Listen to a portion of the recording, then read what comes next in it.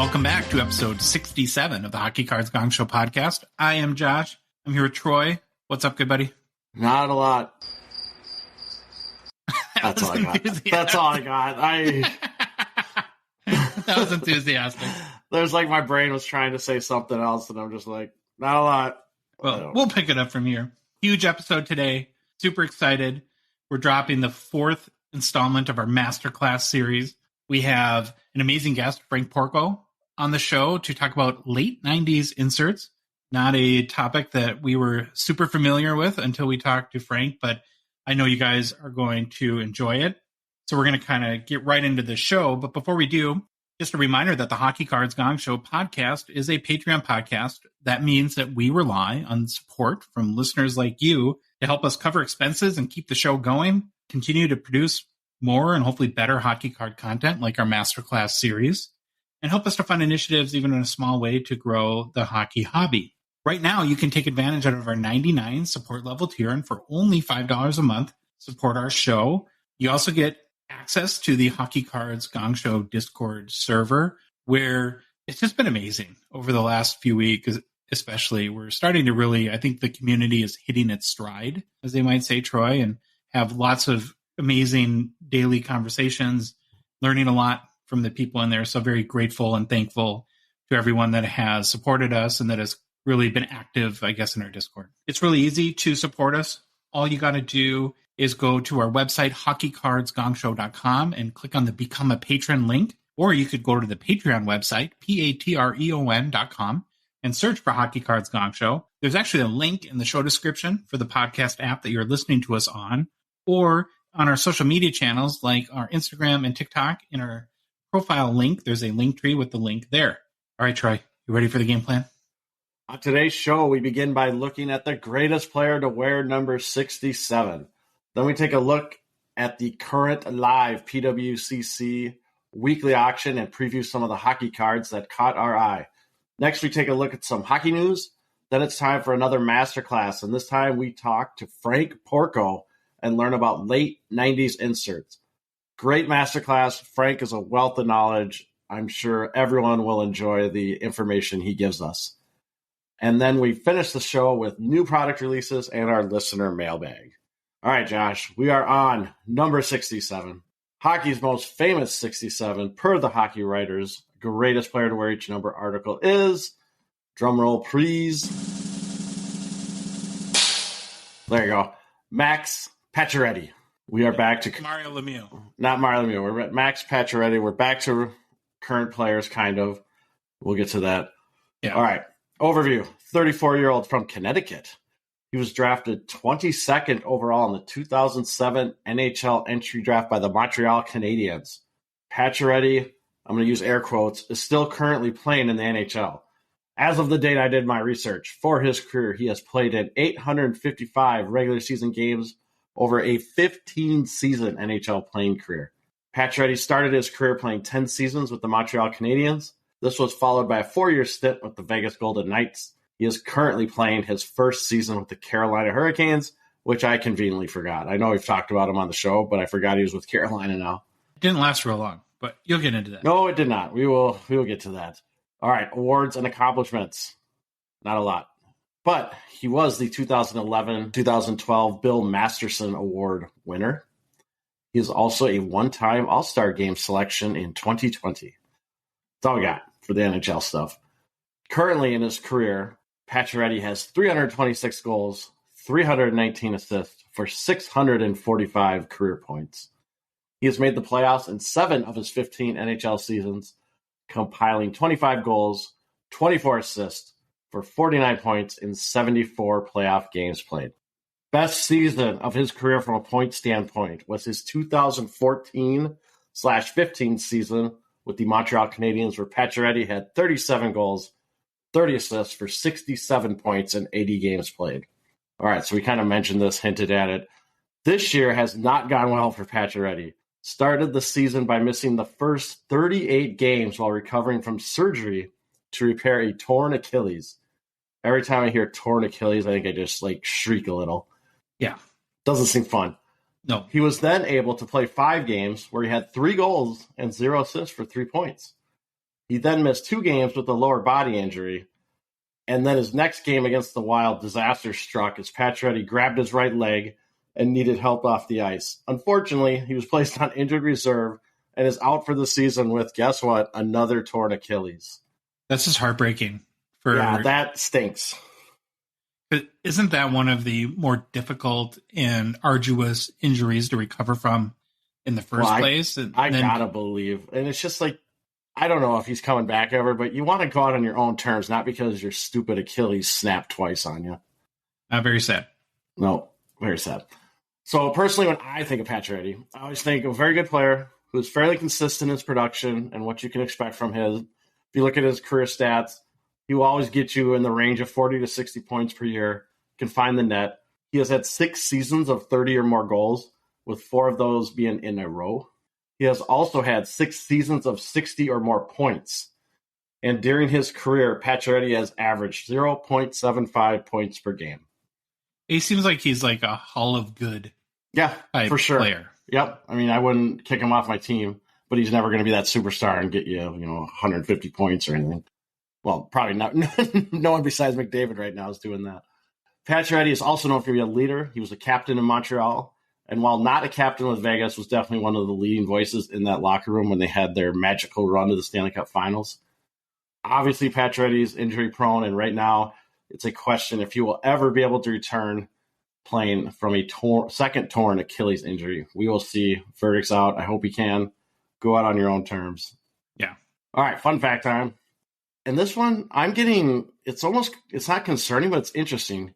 Scored his first NHL goal on his first shot. How many of these guys have scored their first goal on their first NHL shot? This is getting a little crazy. Shoot your shot, man. I guess. Yeah. Right? Upon his debut, he became the first Montreal Canadian to wear number 67 in the team's history. That's impressive. Interesting. Very interesting. Fun. All right, this one's a little weird. On February 6, 2014, Pacioretty became the first Montreal player to have 2 penalty shots awarded in the same game. He also became the second player in NHL history to be awarded 2 penalty shots in the same period. Now, he missed both penalty shots. However, he still scored a hat trick in the game. That one just gets crazier. Every time I read that, it's just kind of just an interesting fun fact. That's insane. Yeah. How much crap do you think he got in the locker room? Oh, I bet. For guys chirping at him for whiffing on 2 penalty shots in one game. And still had a hat trick, though. That's the funny thing. Yeah, that's crazy. All right, final fun fact. In March 2016, McDonald's introduced the Max 67 burger, which was only available in Quebec restaurants. Pacioretty rookie card, 2008-09 SP Authentic, number 178. There's no Young Guns. Let me say this. There's no Young Guns when he was a rookie. They did come out later with the 2008-09 retro acetate Young Guns that Pacioretty was on, but I said that doesn't count. Serial or his SP Authentic is serial numbered, obviously, to 999. PSA 10 has a pop count of 11 with a gem rate of 58%. Most recent sale, November 5th, 2021, for $250 via eBay. That's what I could find. The BGS 9.5 is a pop count of 25 with a gem rate of 79%. Most recent sale was February 12th, 2023 for $38.19 via ebay.ca. I was actually surprised that this guy, I thought he would have more graded cards. I don't know why, but you look at it and it's out of every series, it's only like 1 to 3 or 1 to 5 besides the SP Authentic rookie. But who's the captain of the Canadians? I thought Canadians were hardcore collectors for any guy. Maybe just keep his raw card. They don't need to get a grade. That's what we got. So that's 67 Max Pacioretty. Everyone should know 68. Everyone should know who 68 is. That'll be a fun one. Can't wait for that one. All right, we're going to move on to our PWCC Weekly Hockey Preview. PWCC, of course, is a Gong Show partner and sponsor. We want to thank them again for supporting our little show and the hockey hobby in general.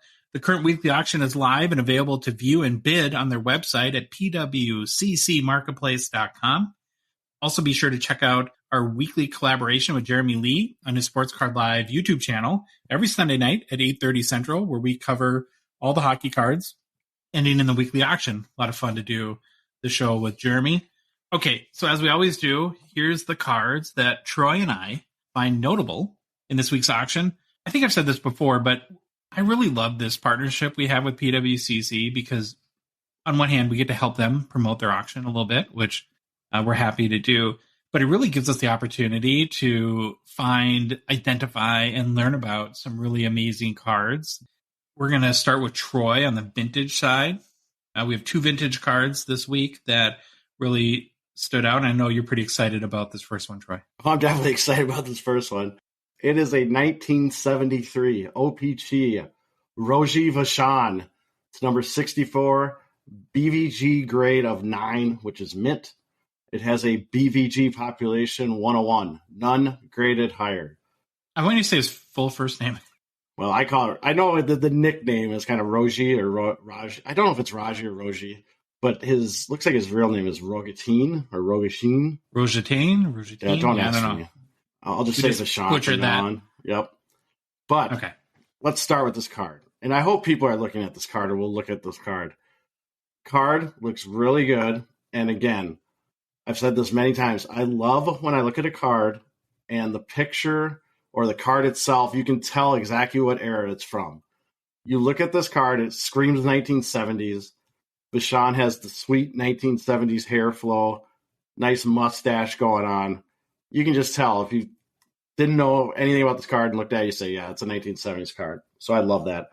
He's wearing a yellow Los Angeles Kings jersey with the sweet crown in the middle. He's a little bent over. I wish the crown was more seeable or like more prominent in the picture, but still a great looking jersey. He's got the old style goalie gear, the brown waffle blockers. I think I had one of those when I was in youth hockey. So it's just awesome seeing those old pads. I love this card, how it looks. Card itself, you look at it, it looks really nice. Good centering, nice corners. There does seem to be a little minor color issue on the red border at the center top. Also looks like there's a black dot on the top right. And the back of the card looks really nice, but does seem to have another black dot or some kind of little smear, or maybe something was on the photo lens. I don't know what's going on. But here's the best part of the back of the card. This is one of those with a little cartoon. It might have a quote. Here's the quote. Rogi is one of the best dressers in the NHL. That's the quote they used for him. I'm in. He's a good dresser. I'm in. I want to buy this card. Overall, again, the card looks great. It is a 9. Very nice copy. Currently the highest graded BGS copy. Again, look at the flaws, the little imperfections, see if that bothers you or not if you're thinking about this card. It probably shouldn't go for that much. In fact, did I even look for a comp? I don't think so.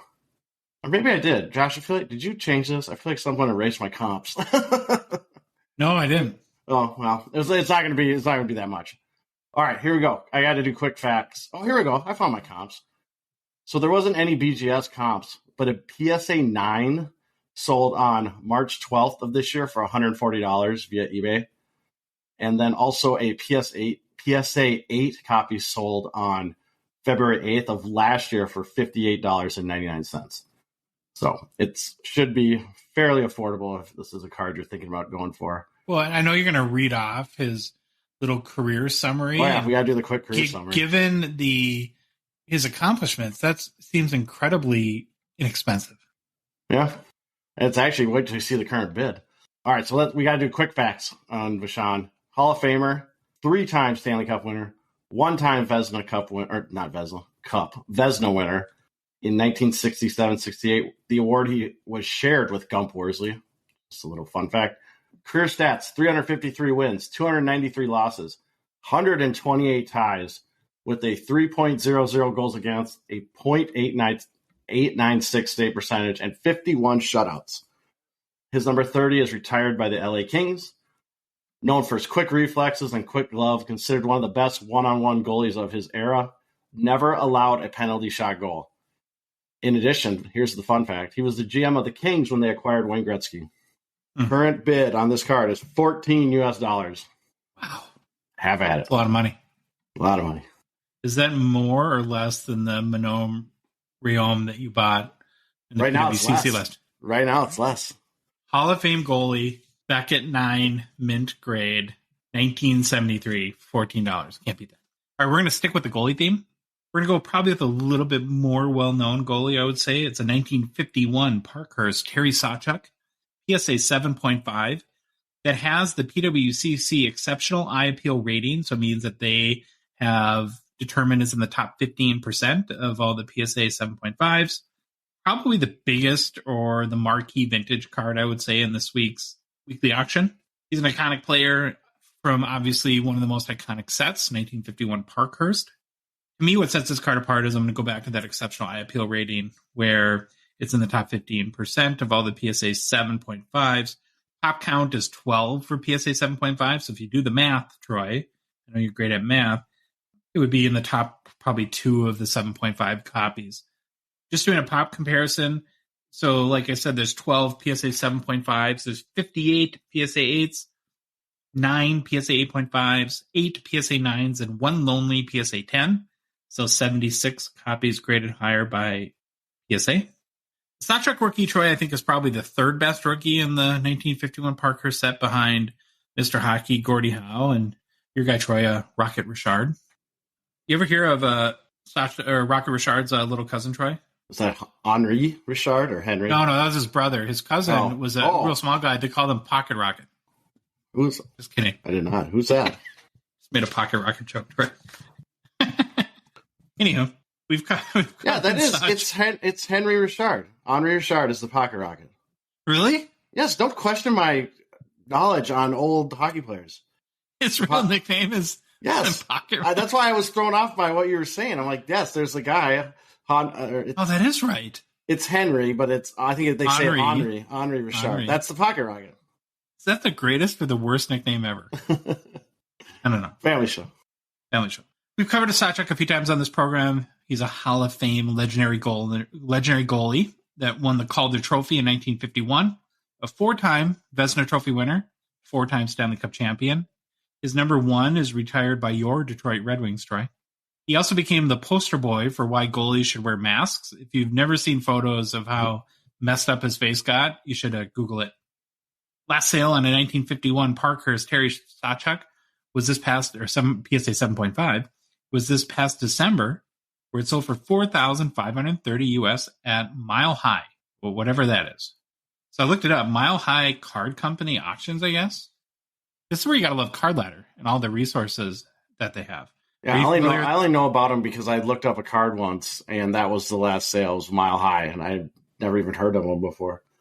Or they're probably you were familiar with Mile High? I was. I've heard of them for sure. Okay. I wonder if they have a collector's club. You might be able to join the Mile High. Okay, so the highest sale on the 1951 Parkhurst Terry Sawchuk PSA 7.5 was $5,520 US last April via the PWCC Weekly Auction. We've definitely heard of that one. Yes. PWCC. What's the current bid? $1,400 US. All right, we're going to switch to the modern side now in this week's PWCC Weekly. First card, Troy, I want to highlight is a 2015 Connor McDavid Young Guns SGC 10 Pristine Gold Label. You don't see SGC 10 Gold Label grades very often. No. So I think it's going to be interesting to see where this one ends up. Only 169 McDavid Young Guns have been graded by SGC. 17 actually have received the SGC 10 Pristine Gold Label grade, which is just over 10%. And there's an additional 48 SGC 10s. This is a card that has a pretty healthy gem rate in general, respective of grading company. But since the SGC 10 Pristine and Beckett 10s are the only grades above a PSA 10, I think it makes sense to compare the pop counts of the SGC to the BGS. In total, Troy, there's been over 10,000 McDavid Young Guns graded by BGS. 505 of those have been graded BGS 10 and an additional 35 BGS 10 Black Label. And just in case anyone isn't familiar, a regular BGS 10 Pristine has 3 of the 4 subgrades of 10 and 1 would be a 9.5, where Black Label has all 4 subgrades, corners, surface, edges, and centering as 10s. So if you think of all the grading options, Troy, above a PSA 10, you have your SGC 10 Gold Label Pristine, your BGS 10 regular Pristine, and a BGS Black Label. Where do you rank all three of those in terms of like your desirability, like which ones moves the needle for you? Probably Black Label would be number one. Then I don't know. I probably SGC 10, the gold label, I guess, and then maybe a BGS 10. I don't know. I could go back and forth with the BGS 10 and the SGC 10, but definitely I like the Black Label for the top. So with all the BGS 10s, the regular and the Black Label and the SGC 10 pristine, there's like something like 570 something of these cards that are above a PSA 10. Well, and if you even extend that to BGS, so there's 7,616 BGS gem mints, so it's a 9.5 grade, and 2,473 PSA 10s. So there's a total of 10,089 gem mints between the two companies. Basically, you're getting a card, at SGC 10 gold label pristine as one of the 570 or so graded better than a PSA 10 or BGS 9.5. So it's pretty rare, much rarer, I should say, version of a McDavid Young Gun. There was a sale this month, actually, for an SGC 10 gold label on March 8th, and it went for $4,050 US. So it's nice to have a recent comp there. If you're wondering, a BGS 10, kind of regular 10 pristine, value is about $5,100. So the SGC is about $1,000 less than the regular, and then it jumps up big for the BGS 10 Black Label, which goes over $20,000. PSA 10 value is around $3,500 US. So if your current comp on the SGC 10 gold label pristine is about $4,000, you're probably getting sort of a discount. So you're probably getting the SGC discount on that, right? Where they're just not as notable and the values aren't as established in hockey as SGC is in baseball, especially on the vintage side, or basketball or something like that. Okay, so I got a tangent question that I was kind of curious. I had to look this up. So if there's over 10,000 BGS 9.5s and PSA 10s, what would your guess be, Troy, at the total market cap for Connor McDavid Young Guns Gem Mint cards? Oh, geez. You wanted me to do math? I would say, do you know the answer? I do. I'm going to say, I'm going to ballpark it at 30 million. Just over 20 million. Okay. It's weighted heavier towards BGS 9, given those are 75% of the cards at 9.5. And those are worth less, of course, than a PSA 10. So at the end of the day, I think this card is, SGC is known as tough graders. So you're getting a really, really nice copy of this card, probably for a pretty nice discount, just because of the SGC discount there. But do you have the current bid on it, Troy? $2,900 US dollars. Okay, so let's get up there. All right, you had the next one in our modern category. I did.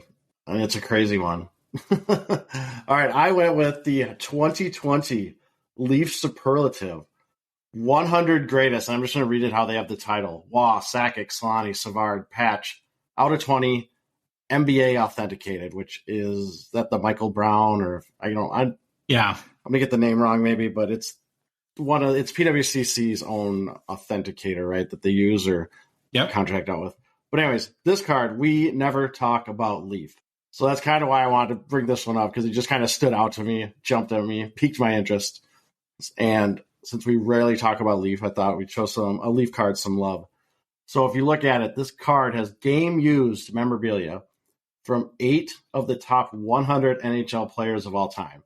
Larry Robinson, Luke Robitaille, Patrick Waugh, Joe Sakic, Boris Salming, Dennis Savard, Serge Savard, and Teemu Solani. No clue how they determined that these 8 should be on this card, because there are other cards that have 8 other players. So I don't know how they decided. I was just going to ask you about that, because I always wonder what the theme is. Yeah. If there is rhyme or reason to it, like these guys are all like 6th generation cousins or something like that. I don't know. Yeah, I don't know. And I didn't think about it hard enough. Like if you sat down, I don't know, Salming kind of throws it out there because he's from Sweden. But so besides having a lot of great players on this card, it really jumped out to me. Again, we never cover Leaf. It's a very thick card. It's encased in like a Leaf encasing. That must have been how the card came. Right now, and just for everyone who doesn't know, Leaf produces currently they produce unlicensed hockey cards. I mean, they don't have the NHL license to use the team names or logos. Now, when you look at this, I'm gonna totally admit I do not know how player licensing works, but I have to imagine that Leaf has some deal in place to use each player's name. However, what is really weird or unique or whatever about this card is that 7 of the players have their pictures on the card. However, Patrick Waugh doesn't have a picture. Just kind of a placeholder of a puck with 2 sticks crossing it. I'm always curious what happened there. Did they not have the rights to use his image, just his name? Did Waugh not like his picture, so he told him to remove it? I'm just curious. That could be a deal breaker for some on this card. Maybe you want all 8 pictures. It still has the game used memorabilia, but there's only 7 of the 8 have an actual tiny little picture. The patches are really small too, right? Like the patches are small. There's only one that is 2-color, and that's Boreas Salmings, has a 2-color. But if you look at the card looks really nice. It's very shiny. If you see it, it's got like a bronzish, goldish tint to it. So it's got the nice shiny details. It really looks nice.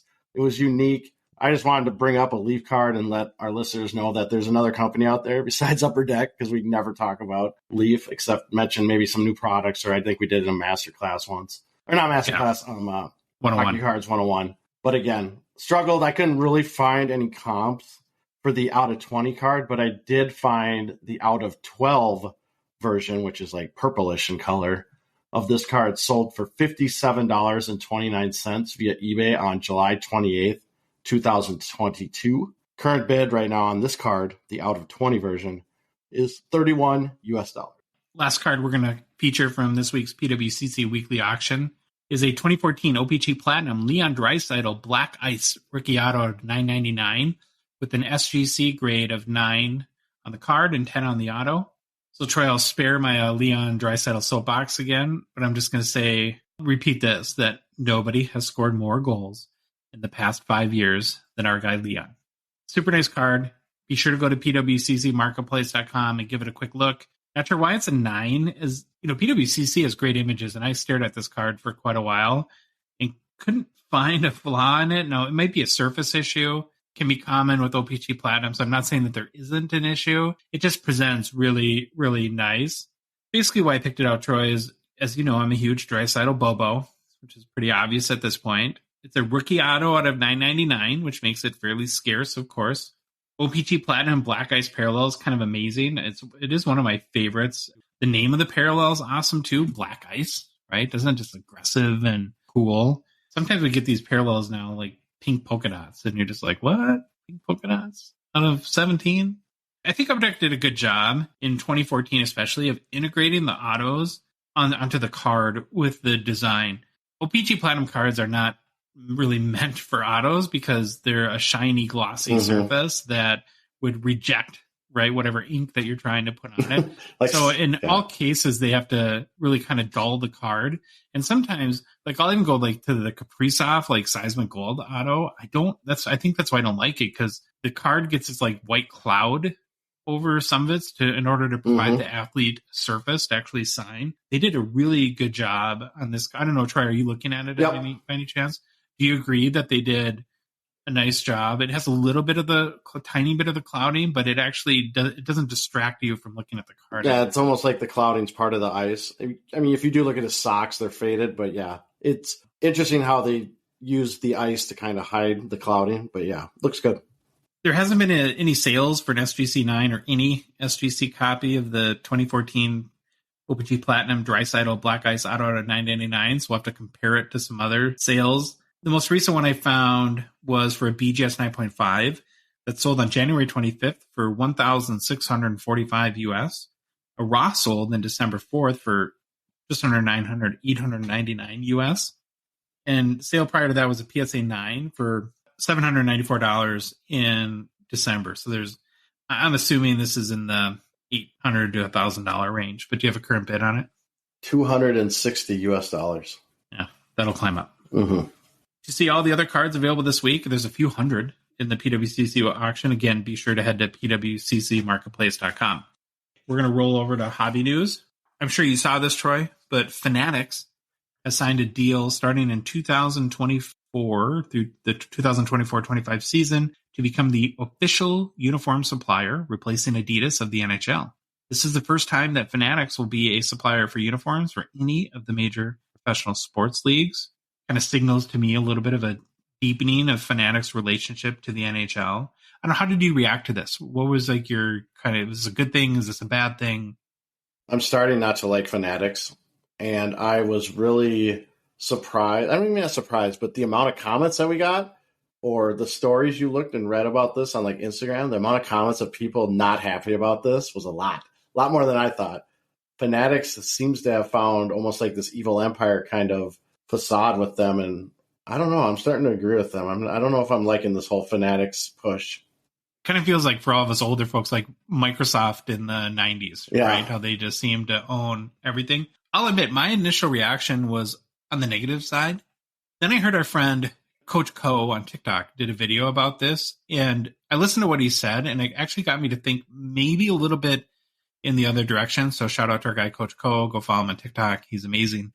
His point, Troy, was that what did Adidas do to grow the game of hockey versus what does Fanatics, albeit having a tighter grip on anything and everything related to professional sports, what's the odds that they can leverage the fact that they're going to be the uniform supplier to help expose hockey to more people that they always tout their database of 90 million sports enthusiasts, right? So do you think that they're, in addition to some of the scary parts of this, do you think that maybe they could be in a better position to help expose hockey to more people? Maybe. Maybe. That's a good point. I just don't know. Do many equipment or jersey manufacturers expand the game? I don't know. Yeah, it's a great question, right? But I think that the difference would be where Adidas is going to just manufacture the jersey and put their brand on it, which there's value to that, right? It's a desirable brand. People, I'm not sure how excited anyone is about a Fanatics jersey, the brand of it. But Fanatics is a distribution and logistics company, so they have the ability to reach collectors on their own. And they seem to control the e-commerce sites for all the NHL teams anyway. So maybe this gives them greater incentive to market to people in their football database or basketball database. And where I could see that maybe benefiting is that even for casual fans of hockey or not really fans of hockey, there's a long history of people wearing hockey jerseys just because they're freaking awesome. And so I don't know, maybe it'll help there. It does also, and now going back to the more maybe negative side of this, it does seem like they're just taking another step or squeezing a little tighter and on sort of suffocating all these leagues with their brand. And so I'll ask you, do you think that this deal makes it more likely at some point that Fanatics will go after the NHL trading card licenses, or less likely, or not related? It would not surprise me if they go after it now, but I don't know how in any world they could own all four major sports for licenses for sports cards. I just don't think the government would let that happen. I think there would be too much. It would be a monopoly. I don't think Leaf or any of those, I don't know what the percentage of revenue would be of the whole industry if Fanatics owned all four professional, or the big four, football, basketball, what else do they have? Baseball, and then hockey, and then throwing, I don't know where, like soccer, or if they're in trying to do that, or wrestling, or any of what those are, but I got to believe it might happen. I wouldn't be surprised if it happened. If it happens, I don't want it to happen, but that's how I look at it. The only disaster from my perspective would be if they somehow acquired the licenses from the NHL and the NHLPA and did not buy Upper Deck, or did not do a licensing deal with Upper Deck for their IP. I mean, to have no Young Guns, to have no Cup, to have no Exquisite or Ultimate Collection or OPG Platinum, or, I mean, it would be great to have Topps Chrome back. I would, believe me, or Bowman's Best. I would love to have those brands again, but I think the NHL probably gets that the value of the Young Guns brand and probably would be protective of that. And just remember that Upper Deck did just resign with the NHL and the NHLPA in, I think it was October of last year or 2021. I can't remember how many years it went for, but that's one of the, it's probably, I don't even want to guess how long it is, but that might have a little bit of protection built in for now. Well, and Fanatics is attacking Upper Deck a little bit, right? Oh, there's a lot of rumors right now about them signing LeBron and getting him away from Upper Deck. So we'll see what happens there. In other news, Troy, Alex Ovechkin just passed Wayne Gretzky's goal record for most 40 goal seasons, which is at 14 right now. Pretty cool. Not the big one. Still working on that. Crazy impressive to me for a 37-year-old to have 40 goals.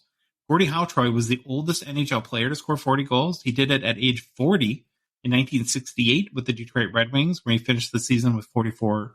Two other players scored 40 at age 37. Any idea who they are? Are you looking at the notes? I'm staring at the notes, but... Okay, then this is easy. No, I can't guess. Brendan Shanahan did it in 2005-06 with the Red Wings, and Johnny Bucyk did it. Bucyk, what is it? Don't ask me. If you ask me any name, I'm not going to answer because I will get it wrong. I think you automatically panic and then just say it wrong anyway. So Johnny Bucyk, I think it's Bucyk, in 1972-73 with Boston. So more rarefied air from Ovi. He's just going to pass more and more records, I'm sure, over the next year or so as he chases the big one. All right, Troy, last bit of hobby news. I'm going to throw a name at you. Luke Evangelista. Heard of him? Wasn't there a model with the last name Evangelista? I don't know. Anyways, Luke is a Predators rookie, called up in February from the Milwaukee Admirals of the AHL. Been making some waves in his limited time in the NHL, Troy. In 11 games played, he has 5 goals, 4 assists, 9 points. Does include a 4-point game, but he has registered a point in 5 of the 11 games. So, number one, he's got an awesome name, right?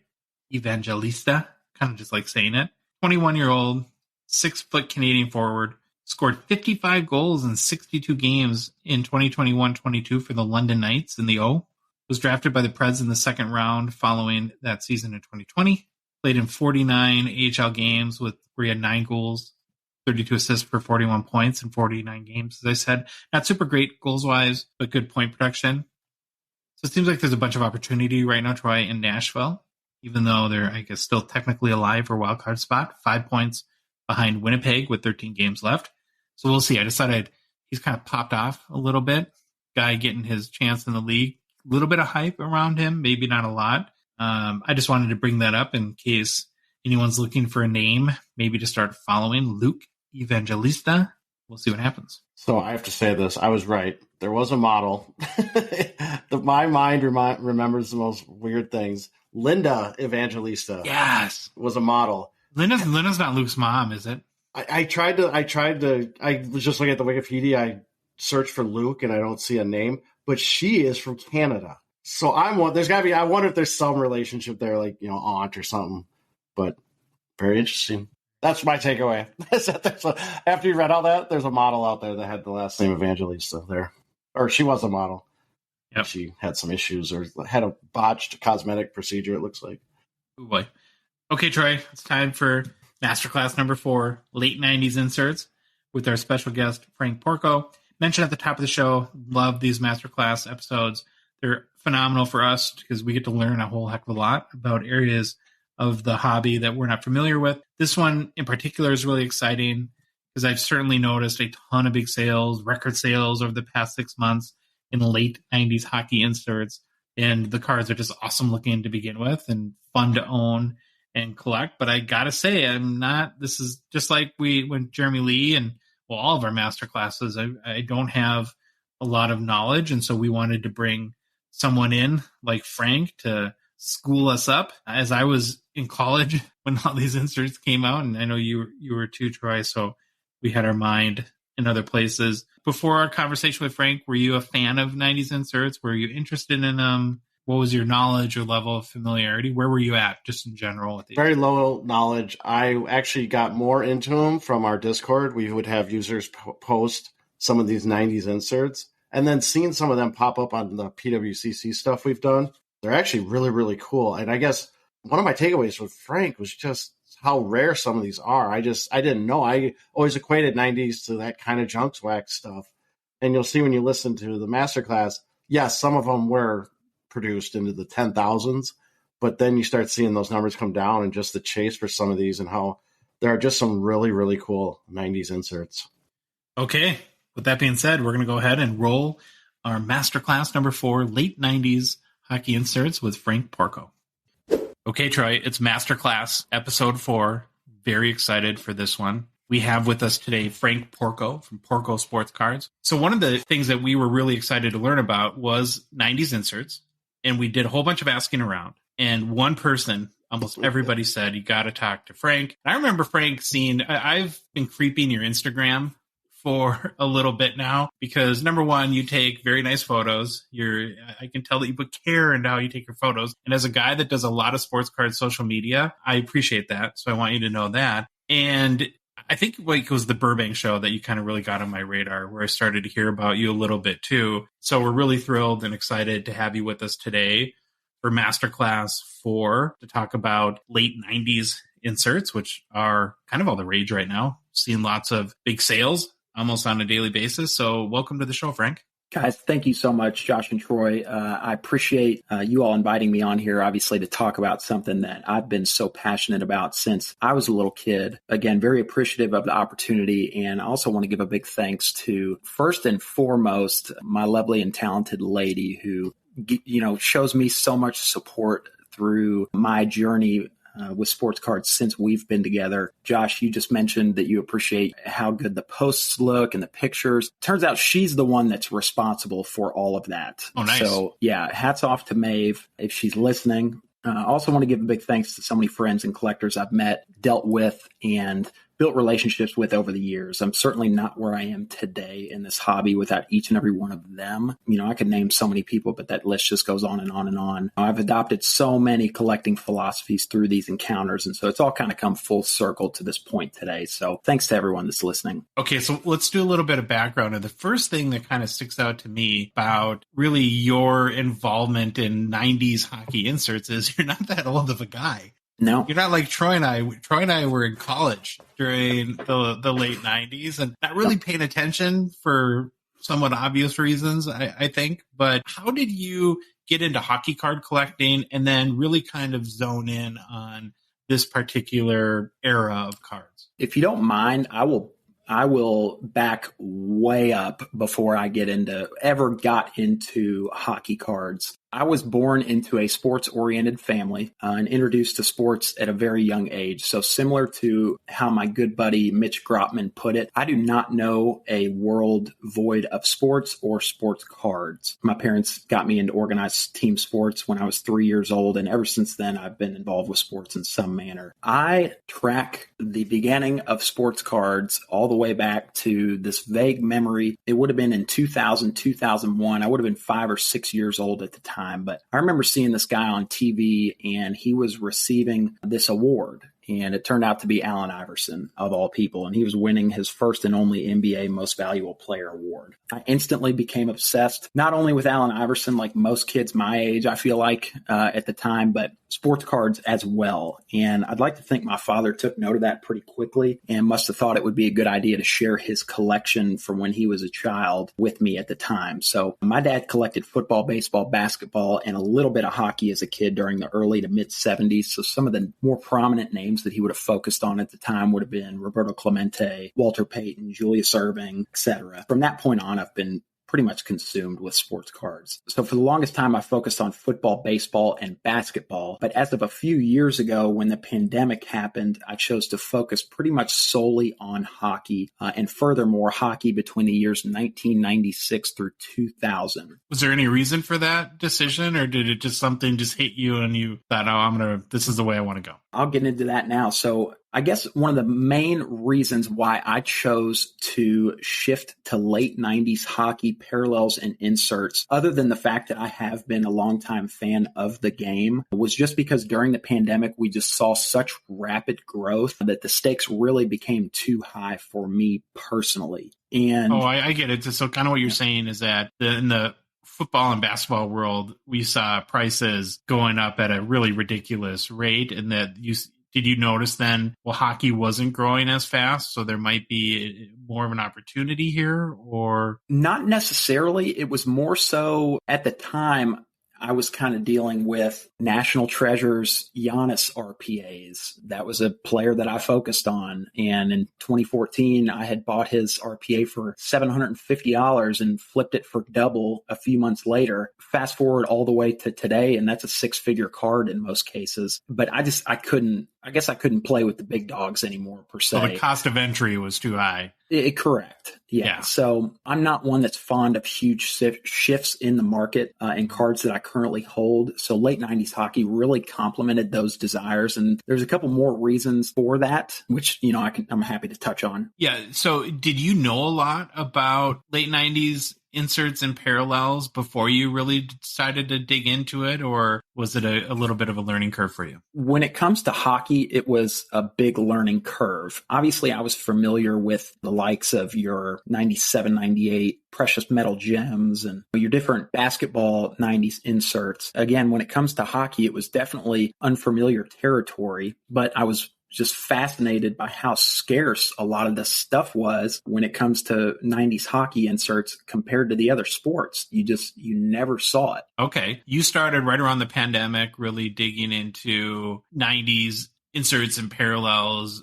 How would you describe sort of your collection today? Or are you mainly a PC guy? Are you a investor? Or kind of how do you really approach collecting these? I am definitely a hybrid collector and investor. I spend so much time, energy, and thought on this hobby to where I kind of feel like I have a fiscal responsibility in a sense. There's got to be some give and take, right? I wish I could keep everything, but I can't. My kind of approach or philosophy ever since I started was to acquire the best of the best in cards that really nobody else has, regardless of what sector in the hobby I've been involved in. So again, that's kind of why I chose to shift to late 90s hockey, just because they're hard to come by. Yeah. So that was going to be one of my next questions, is that it's not like a Young Guns, which you can go to every card show or on any minute on eBay if you want to get a Connor McDavid Young Guns, and you can buy it. Was that one of the more challenging aspects to you when you really got into this, is trying to figure out where all these are? Or did you kind of have an idea based on your previous collecting experience? I would say that it was very difficult starting out, and I think the beginning stages was more of an observation period where you would come across different Instagram pages or social media pages or forum posts and really just kind of observe what's out there, what people are looking for, what people talk highly of, and so on and so forth. All right. Well, so we're going to just turn it over to you, Frank, and let you walk us through sort of what you've learned over probably the last 3+ years now.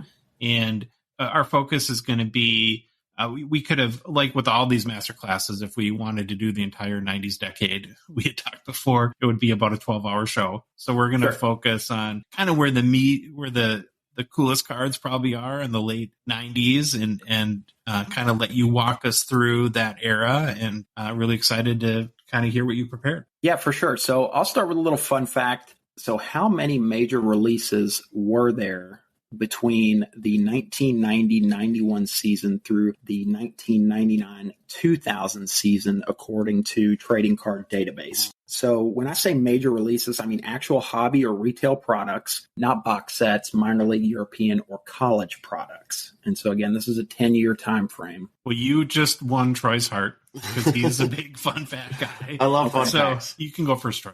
I don't know. I was going to guess. I was thinking maybe there's 5 to 10 big releases. I'll say 70. Okay. Josh? Well, I'm going to go lower. I'm going to say 30. No, 39.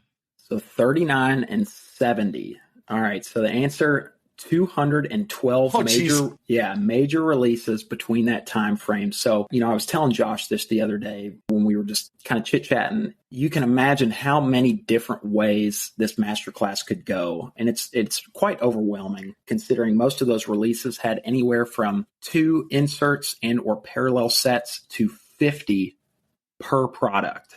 And 50 insert sets per product in some cases. Wow. Kind of crazy. But for the purpose of this masterclass, we're going to focus on what I believe to be the time frame when parallels and inserts really start to get interesting. And that's from the 1996-97 season through the 1999-2000 season. And just to touch on a few outliers to give sort of a high-level overview in some cases leading up to those years, because I think it's important really to understand the progression of hockey cards during that decade. We'll start with 1990-91 Pro Set, and they are famous for the Stanley Cup commemorative hologram card, serial numbered to 5,000 copies. I'm sure both of you all are familiar with that card at this point. Yep. We're familiar with how amazing the price has been going for that thing lately when it comes up in like PWCC's weekly auction. It just blows my mind.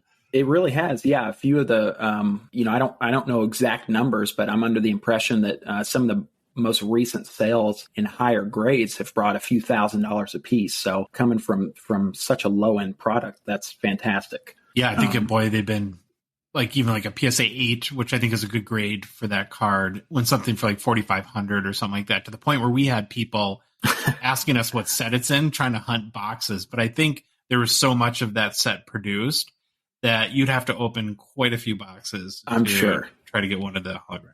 I'm sure. So then in 1991-92, we see the emergence of pack-pulled autographs for the first time. And Score features a Bobby Orr autograph numbered to 2,500 copies. Upper Deck features a Brett Hull autograph numbered to 2,500 copies. And then Pro Set French features a Patrick Waugh autograph numbered to 3,600 copies. Fast forward to the following year, and in my opinion, when it comes to inserts and parallels, very few strides are made during the 92-93 and 93-94 seasons, and the lack of technology definitely shows. One exception would be the 1993-94 Stadium Club Finest members-only test refractors, if you all are familiar with those. No. So to my understanding, these were promo cards and they were not pack inserted. So for anyone that's out there listening, if you know the specifics of the origin of these, feel free to follow up with me because I personally would love to know more myself. But this would be the first time that we see chrome refractors for hobby, which, I mean, that's a big milestone. I actually have a Wayne Gretzky sitting next to me myself.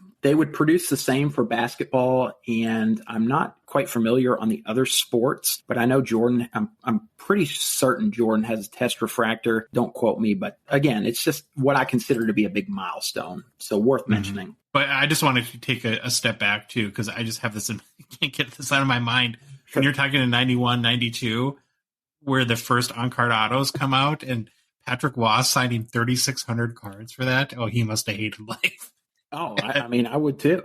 I'd be done after 100 copies. I'm a lefty. That's a lot. So no, just like I said, a few cards to keep in mind leading up to the years that we'll talk about. So to continue on, 1994-95 would be when Topps Finest would become a standalone product with a chrome base and refractor set. This is a very popular set and has proven to stick with collectors over time because, you know, really that's considered the first pack pulled Gretzky refractor, Yager, Waugh, and so on and so forth. Also, during the 94-95 season, we see a few companies begin to prioritize serial numbered inserts. So one example would be Don Russ with their Elite inserts numbered to 10,000 copies, featuring the likes of Gretzky, Lemieux, and Patrick Waugh. And then lastly, during the 95-96 season, we begin to see companies not only prioritize serial numbered inserts, even though the extent of these cards does not go below 250 copies and on average is more along the lines of 5,000 and 10,000 copies. But we also start to see major strides in different technologies being introduced. So this is important. And some examples I recommend the folks listening look into at home. One of them being 1995-96 Donruss Elite, Eric Lindros, Mario Lemieux dual autograph numbered to 500 copies. 1995-96 Select Certified Mirror Golds, which one could argue is kind of the OG gold refractor. Skybox E-Motion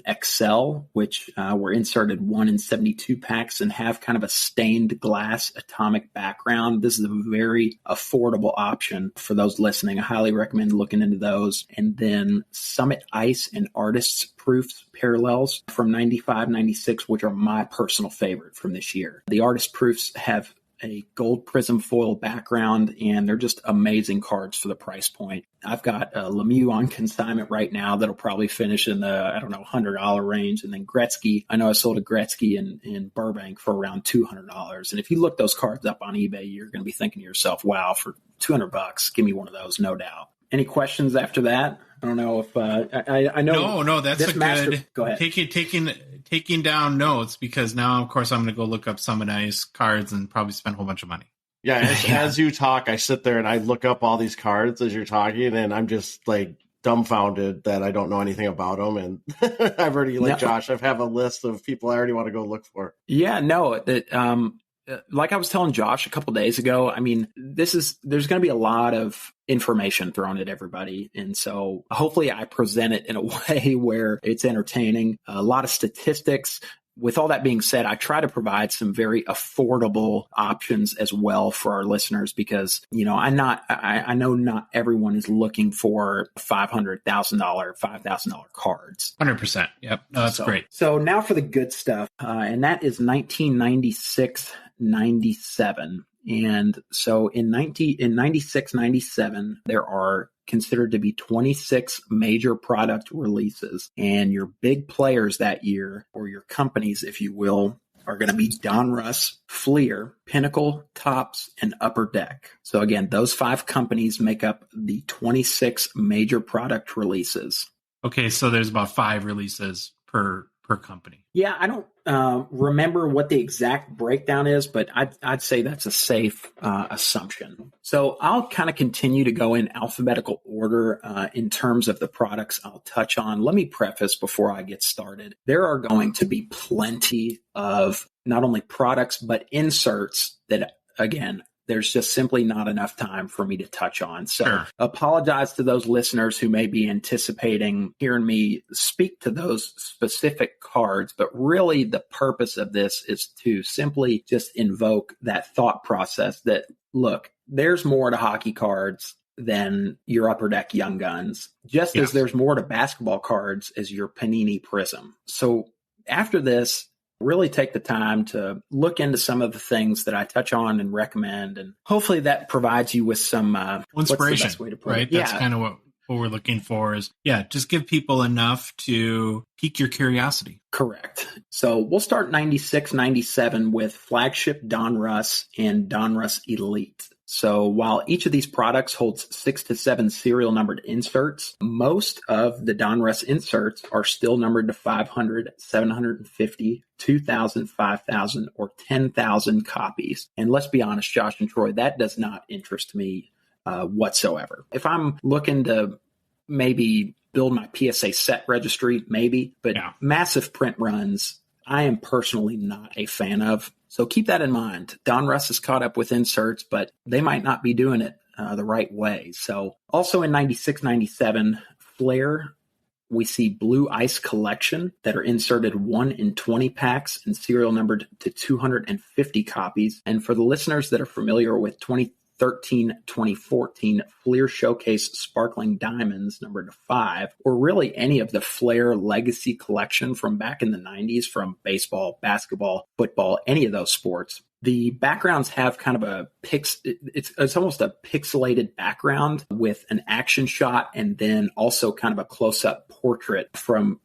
I'm pretty sure, that same action shot in one corner of the card. The only difference between the Blue Ice collections and, let's say, your Fleer Showcase Sparkling Diamonds is that the colors are not as vibrant. And that would kind of make sense given the time period. If you're listening, the print runs are starting to get a little bit lower. So also from Fleer that year, we see 96-97 Metal Universe for the first time, and this was a killer product. 200-card checklist with 4 total insert sets. Those insert sets were armor plate, cool steel, ice carvings, which is Jeremy Lee's personal favorite. I know he bought a few of those off me in Burbank, and then Lethal Weapon. Now, each of those 4 insert sets had a parallel version as well, and those are called Superpowers. All of these insert sets featured embossed cards, which means the designs basically stand out from the surface of the card as if they were carved, molded, or stamped into the card. And the difference with the Superpower parallels is that they had a hollow foil finish. So it was basically a refractor version. So the ice carvings were embossed, where I don't know if you are familiar with the most recent release of Skybox Metal, where they re-released ice carvings as like an acetate card. Yeah, so they were different I have seen those. I have seen those. I did not spend much time looking into them after I saw the first copy. I'll put it that way. Okay. I just wish that maybe they would have done a little bit better job in maybe honoring the original version. But I understand. Times are different. Yep. But one thing to keep in mind with 96 and 97 Metal Universe when it comes to hockey is that comes before Metal Universe with basketball, baseball and football. I just think it's kind of neat that Skybox releases these cool inserts before they come out with the OG basketball PMGs, Metal Universe Championship PMGs, all that kind of stuff. So I don't know the intention behind that. I don't know if they were maybe trying a few things out before they got to their basketball releases, since basketball was maybe a bigger fish to them in some cases. I just think it's kind of neat. Yeah, that is kind of cool. So also in 96, 97 with Flagship Pinnacle and Pinnacle Mint, we see foil die cuts, brass, gold-plated, nickel, silver, and solid gold coins inserted into cards. Select Certified that year rolls out Mirror Red, Mirror Blue, and Mirror Gold parallels. And these are famous. And while it's believed that print runs for the Mirror Golds that year are in the 30s, it's apparent that these were backdoored in some way if you were to look at the pop reports. So I've seen collectors out there really hype up the Gretzky from that year, say it's worth X amount, this and that, and then it's limited to 30 copies. Do your due diligence. Anybody can put anything out there on the internet. Look at pop reports when it comes to PSA and Beckett. See if those accurately reflect what you're reading into when it comes to print runs, because you'd be very surprised that it's not always the case. Well, that's good advice. Also in 96, 97, Zenith comes out with what are called Champion Salute cards that have a faux diamond in the middle of the championship ring on the front, and then Champion Salute Extra cards, which had a real diamond chip. These were inserted 1 in 350 packs. So like we'll finish out precursor to Black Diamond a little bit, or yeah, I guess you could say that was technically that was a Pinnacle product. I'm about to get to Upper Deck, and Upper Deck really just kind of asserts their dominance in 96, 97. So I don't know if they were also just kind of observing what other companies were kind of putting out there, but they simply just blow everyone else out of the water. So again, we'll finish 96, 97 with Upper Deck Series 1 and 2, and then Upper Deck Black Diamond. So these three releases are arguably the most important of this decade, in my opinion. This is the first. Yeah, so this is the first time that we see inserts numbered to 100 copies or less. Flagship Upper Deck includes game jerseys inserted 1 in 2,500 hobby packs and 1 in 5,000 retail packs. I'm sure that most listeners are familiar with these, but This is the first card that includes a piece of game-worn jersey. And that also applies to other sports from those years. So the Upper Deck also released the game jerseys for, I believe, just baseball and football. But the hockey checklist consisted of 13 cards and featured the likes of Steve Yzerman, Brett Hull, Jaromir Jagr, Mario Lemieux, Pavel Bure, and Mark Messier. It's important to note that Wayne Gretzky is not included in that checklist. I'm not sure why. But these over time have proven to be an iconic set, again, given it's the inaugural year of game-used memorabilia cards across multiple sports. Also in Flagship Upper Deck that year, we see Hart Hopefuls, bronze, silver, and gold. The Hart Hopefuls golds were inserted 1 in 1,500 hobby packs and 1 in 3,000 retail packs, and were numbered to, again, just 100 copies. Now, I will note that there are known to be cards from the Hart Hopefuls gold checklist that are without serial numbering that are in population currently. And it's my understanding that these were also backdoored copies or originally intended to be used as replacements. Gotcha. So I would recommend sticking with acquiring the actual numbered copies, as that's where you're going to get the most bang for your buck if you ever look to offload or sell something in your collection. And then the last notable insert from Flagship Upper Deck that year was the Lord Stanley's Heroes quarterfinals, semifinals, and finals. The Lord Stanley's Heroes finals are numbered to 100 copies as well. And what I love about the 96-97 Hart Hopefuls Golds and Lord Stanley's Heroes is that there's a hidden quality in both cards. Both cards contain a film or see-through acetate portion of the card that really requires one to illuminate the card from the bottom side in order to see that image. Furthermore, the Lord Stanley's Heroes Finals is a die-cut card that's in the shape of the Stanley Cup trophy, which is pretty cool. Yeah, I'm looking at the Saku Koivu one right now. That is pretty sweet. Yeah, so if you're on eBay, I assume you're looking at the Stanley Cup Heroes. Yeah, I'm in the Stanley Cup Heroes Finals. I'm on TCDB. Okay. Yeah. So, I mean, again, regardless of what platform you see Hart Hopefuls or Lord Stanley's Heroes inserts from 96, 97, they're not presented in a way that, I guess meets my standard, if that makes sense. Yeah, you can see they're probably hard to picture, like, or get a good picture of. They are, yeah. And again, I think what it takes to really catch people's interest with a lot of this stuff is just presenting them in the best way possible. And that's just one of my goals with my social media pages. And when I try to just spread awareness of all these awesome cards. Totally get that. You hear all the time, this card looks so much better in hand than it does in a photo. And not that this is a masterclass on selling, but if you are a person that's looking to sell cards, the better quality of photo, the more that you really can tell through your photo or can communicate all the what's best about the card, the more money you're going to get for that card. I'm always amazed by, because I go through a lot of eBay listings, when people list cards in like a room that has no lighting and it's like half the cards shoved between a 1970s couch cushion. Yeah. And you're just like, how do you expect to sell this card? I can't even see it. Yeah, exactly. I'll certainly take advantage of that and buy it for a fraction of the price. But just like you said, Josh, I mean, when you're spending this much money on this stuff, whether it's $10, $20, $50, $100, a couple thousand, come on, put a little bit more effort into it and present it well.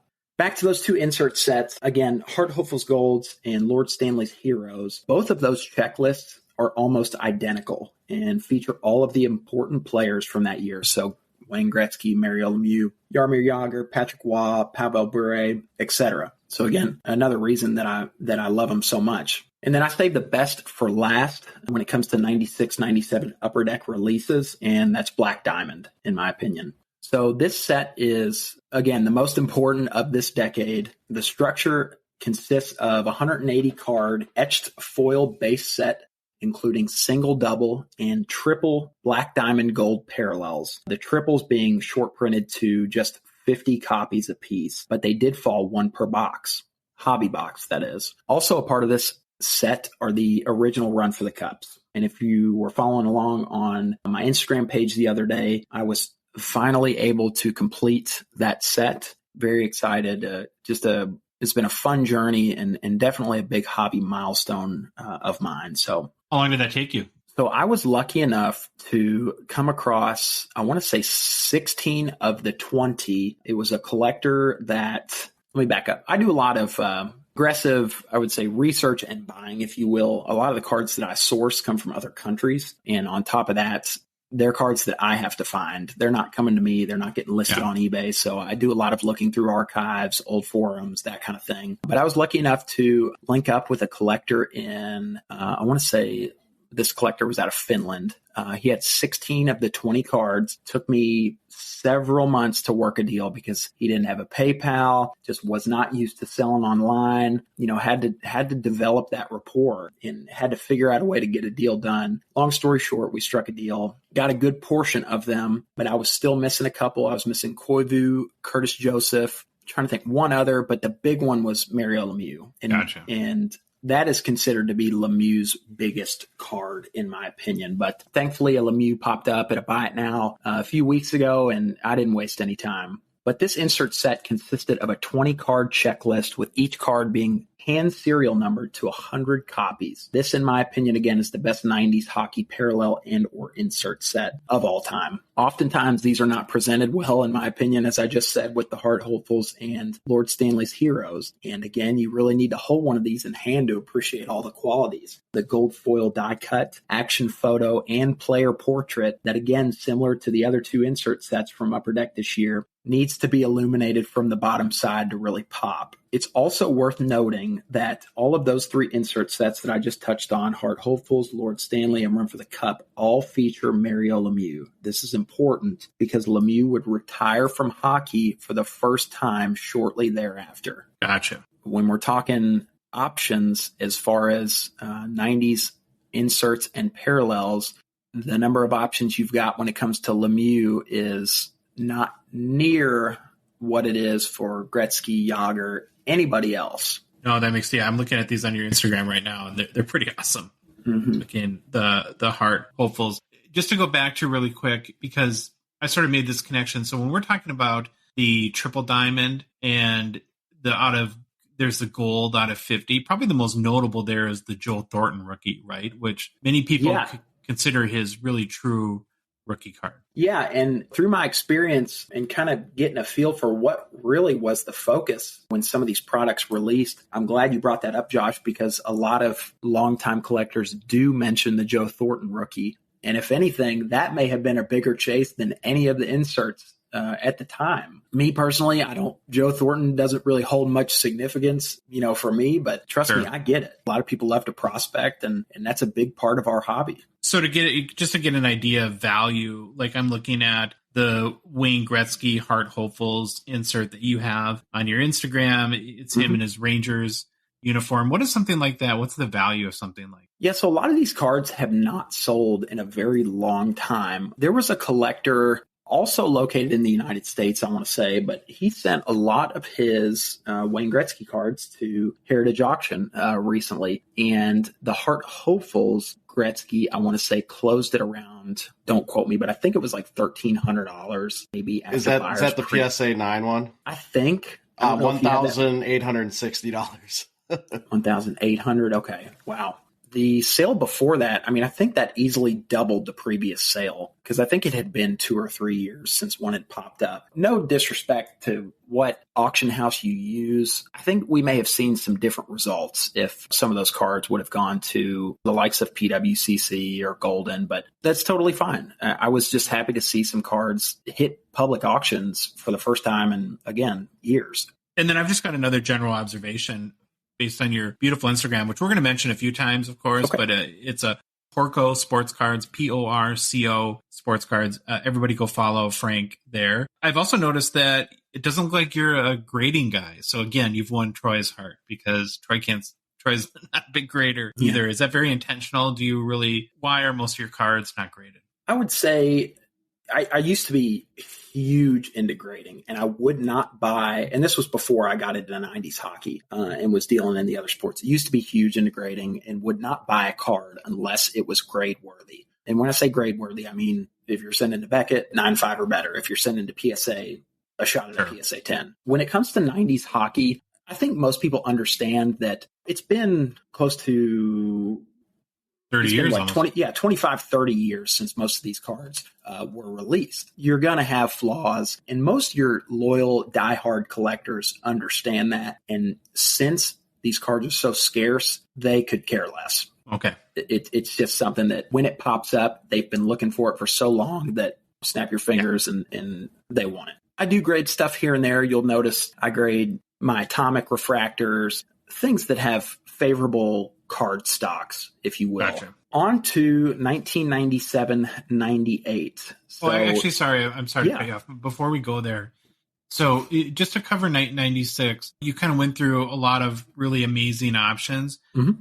And it sounds like I'm guessing that Heart Hopefuls would be one of them. But what are in that year, if there was 2 or 3 inserts that you just told people that if you want to learn a little bit more about 96, what the hockey landscape was, you got to check these ones out? Or what are your favorites? Run for the Cup is definitely number one. And I actually plan on giving a Frank's top 5. Okay. All right. We'll go there. End. So if you want to save it, We'll save it. All right, let's go on to 97. Sure. 1997-98. This is actually when the number of major product releases peaks for this decade at 32 releases. So we begin to see major strides from most companies this year. And my take is that Upper Deck really drove this competition with their previous releases in 96, 97. I don't know what your all's thoughts are on that, but if you're a competitor, I work for UPS, so if I see FedEx making all these changes and, emerging as the number one logistics company in the world, you bet your bottom that UPS is going to come out and come up with some stuff to start competing. Otherwise, things are going to get ugly. Well, and I think that's the fear in just the whole sports card landscape right now, with all the leagues preferring to go to licensing only with one partner and having exclusive deals. That how has that hampered? And as much as Upper Deck tries and Panini tries and all the other companies do, it's not the same when you don't have someone breathing down your neck. No, it's not. So yeah, again, to your point, Josh, it was great that Upper Deck really kind of paved the way for all this competition these years. So Again, we'll start with Donruss. 97-98 Donruss Elite was great. 6 total insert sets, one of the more notable being Back to the Future, which featured a player on both sides, and these were serial numbered at 1,500 copies. Also, a part of this Back to the Future insert set was an autographed version that was only the first 100 copies in the print run. Oh, wow. Master Craftsmen were also an insert set in Donruss Elite. These were serial numbered to 100 copies. You had Prime Numbers and Prime Numbers die cuts with serial numbers that varied, and they were based on individual player statistics. And then my personal favorite from Donruss Elite that year was the Status Gold hollow foil die cut inserts numbered to 100 copies. In 97-98 Donruss Limited, we see a limited exposure parallel, which was a dual-sided hollow foil card, short printed to 25 copies. This would be Donruss's lowest print run card to date. So highly recommend looking at those. It's a stunning card. I know that they also released those for baseball. I'm not sure if there were any other sports that it applied to. In Donruss Preferred, which is the famous tin boxes, I don't know if you guys are familiar with those. We see Precious Metals, which is a 15-card insert set, each card containing 1 gram of metal, and those were short printed to 100 copies. The Platinums. From Flagship Leaf that year, we see another year of Fire on Ice die cuts. These were inserts numbered to 1,000 copies. Just tossing this in there as a nice, affordable, aesthetically pleasing option. Also from that set are the Fractal Matrix and Fractal Matrix X, Y, and Z access die cuts with print runs as low as 50 copies. And then in 1997-98, we also see Pacific emerge into the hockey scene with several releases, including Crown, Crown Royale, Dynagon, Invincible, Omega, Paramount, and Revolution. This is a new company. Now, I will say Pacific is not it kind of just doesn't do it for me. So I won't really go into details on a lot of the Pacific releases. Also, because the first couple years of their releases, to my understanding, there were no serial numbered inserts. There may have been short printed inserts, but I have not been able to find any information on any serial numbered cards from Pacific. Gotcha. At least for the first couple of years. So each of those Pacific sets holds several different insert and parallel sets. One of the more notable being Crown Royale Kramer's Choice die cuts. That's probably the most popular. I would think that you all have seen one of those before. It's kind of a triangular die cut card, but none of those releases had any serial number copies to my knowledge from 97-98. Now, the most notable releases from Pinnacle that year were Flagship Pinnacle, Pinnacle Certified, Pinnacle Totally Certified, and Pinnacle Zenith. Numerous Pinnacle releases from this year included the popular Epics, Emerald, Orange, Purple, Season, and Moments cards. These were inserted 1 in 20 packs and featured different hollow foil designs. I'm not knowledgeable of the print run for these. However, I understand that the Epics Emerald Season would be the lowest print run of the bunch. Gotcha. And is this the same cast of characters in all these in 97 that we've kind of talked about that really lead the way? I suppose with the exception of Lemieux, is he still in these because he's retired at this point? Or now Lemieux would not have cards in 97-98. Yeah, that's what I thought. But so Gretzky would probably be the main. Yeah, Gretzky. Yeah, Gretzky, Yager, Waugh, Bure, Yzerman. Yzerman. I mean, these player collectors are nutty, guys. I mean, just through my experience, like I don't even consider. Yeah, Gretzky's got loyal player collectors, obviously, but it's just funny to me through my encounters. Yager collectors and Bure collectors are just the nuttiest of the bunch. I mean, they will do whatever it takes to get cards that they are still looking for to complete their collection. And I respect that. I really do. And honestly, that's what drives me to really unearth a lot of this stuff, and source those cards to these collectors. It's just, something that makes me happy. I have another quick big picture, maybe a little bit of a self-serving question, but the card that really got me into hockey cards when I would have been, about 13 or 14 years old was the 1990 Upper Deck Sergei Fedorov Young Guns. And it was the biggest card that year. He was the rookie. that everyone was chasing. And is there a pretty big Fedorov chase from those years, or it is not really? Or are people just mainly going for like Gretzky and Yager and Lemieux and more the names that we would think of? Any player you can think of. Okay. Literally any player you can think of. One of the main reasons why I like this decade so much, and that's an observation from all sports during those years. In my opinion, that is where your most diehard and loyal player collectors come from, is those years. And you see it in other sports, basketball with, again, the PMGs and cards like that. People get a hold of those cards, and oftentimes you never see them again. No, that makes sense. Okay, so just finished talking about the Epics, Emerald Parallels. We'll go on to Flagship Pinnacle in 97-98. So this is a sneaky one. Listen to this one. Flagship Pinnacle, we see the Team Pinnacle mirror inserts. So this insert set consists of a 10-card checklist inserted 1 in 99 packs. However, these odds are for the base version and not the Team Pinnacle mirror parallel. The parallel version features one side of the card with a holofoil finish. So this card features one player on the front, one player on the back. This has proven to be one of the most difficult insert sets to find just during my experience. So there may be longtime collectors out there that disagree with me, but I'd like to think that I've acquired many of cards from many or a wide audience that covers a large geographic area. And again, this has proven to be an extremely difficult card for me to find for any of the 10 cards that are in that checklist. I can kind of echo that. I'm looking at Card Ladder right now, and one of the reasons why we like Card Ladder is the sales history goes back, not forever, but it goes back to the early 2000s. And I'm looking at, so it looks like in that card, Wayne Gretzky was paired with Paul Kariya. He was. And there was a sale in 2021 for, looks like a raw card for like $620. But prior to that, there was 2 sales in 2005 and one in 2006. So there's 4 total. Now, again, it only tracks public sales. I'm sure these have moved privately, but it just goes to speak where they only have 4 sales on record. And what now is, 19 years or even basically since that came out, that it speaks to just how probably tough those are to find.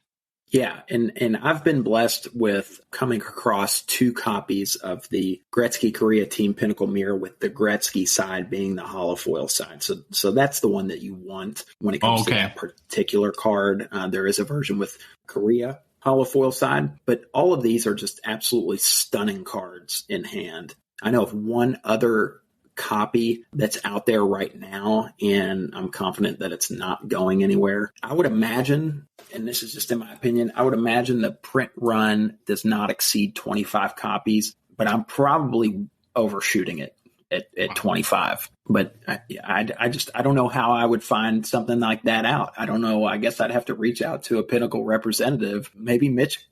Maybe Mitch or his dad could help me out with that, because I'd love to know what the print run on something like that is. Definitely. And then in Pinnacle Certified, again, we see Mirror Red, Mirror Blue, and Mirror Gold parallels. These are not serial numbered, but rather short printed. 97-98 Pinnacle Zenith is famous for the Z Gold foil inserts, again, serial numbered to 100 copies. And then I'll close out Pinnacle this year with their Totally Certified release. It's important to note that this is the only year Totally Certified was released during this decade. It was considered to be a higher-end version of Pinnacle Certified, and rightfully so. This set consists of a 130-card checklist with no inserts, but rather 3 parallel sets. You've got Platinum Blue inserted, 1 per pack, serial numbered to 2,599 copies. You have Platinum Golds inserted 1 in 79 packs, serial numbered to 59 copies for goalies and 69 copies for all other positions. And then arguably the most aesthetically pleasing parallel and or insert of this decade, which is the Mirror Platinum, serial numbered to 25 copies for goalies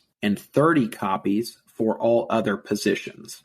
It's also important to note that in order to acquire a Mirror Platinum, one would need to mail in their Platinum Gold of whatever player in exchange. Gotcha. So it's like the Upper Deck EPAC achievement kind of. It's basically that from 30. Yeah, and I'm looking at right now at a 97 Gretzky Mirror Platinum PSA 8 that sold for something like a little over $4,000. So pretty valuable at that point. Yeah.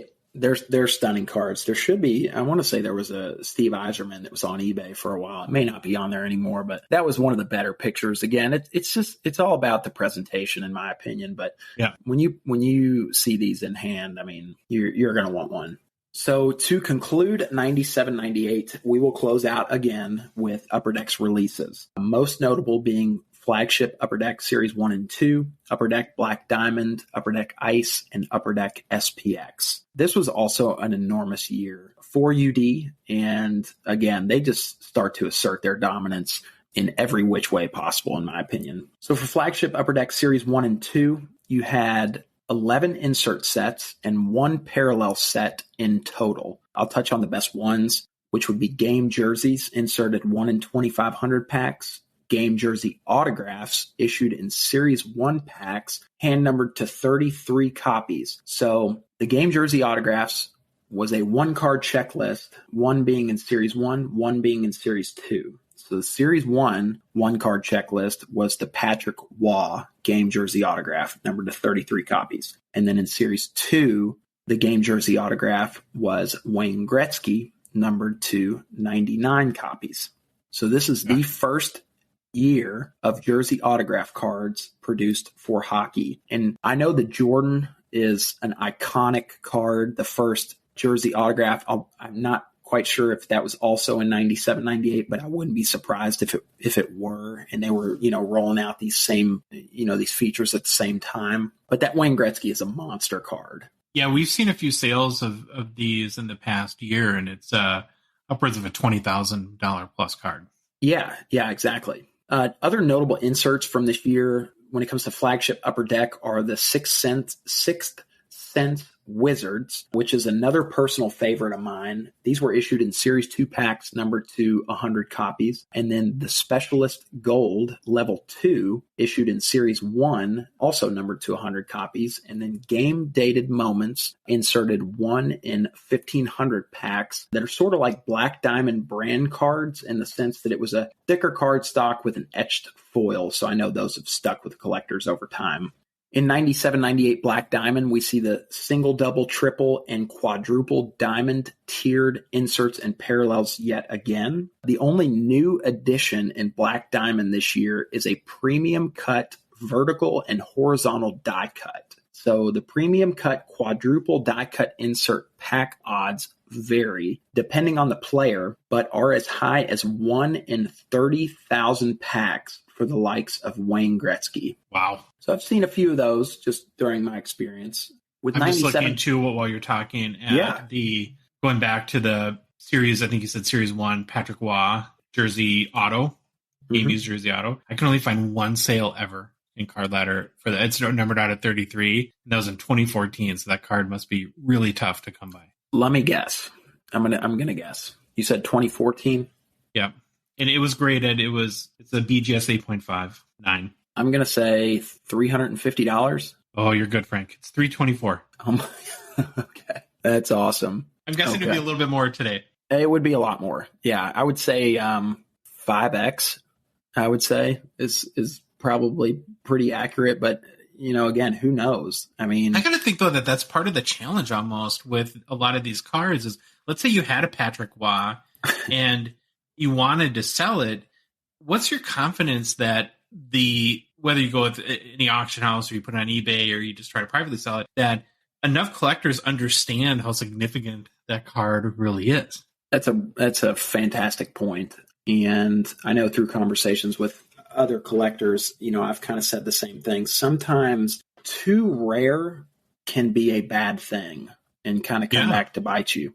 I find myself hesitant to sell in certain ways because of that. If you were to consign a card if I were to consign one of my Gretzky's with PWCC before the Heritage Auction takes place, it's really a crapshoot. A lot of times, what I do is I'll acquire duplicates and kind of hedge my bet per se and wait for maybe a public auction to come up until I make an educated decision on what I really want to do. Well, and I think stuff like this, not to give us any more credit than we need, but just starting to tell the story of these cards a little bit. That too. Right. So maybe somebody listening will be at a card show and be in a $10 box and spot some weird Patrick Waugh autograph and be like, oh God, I'm buying this right now.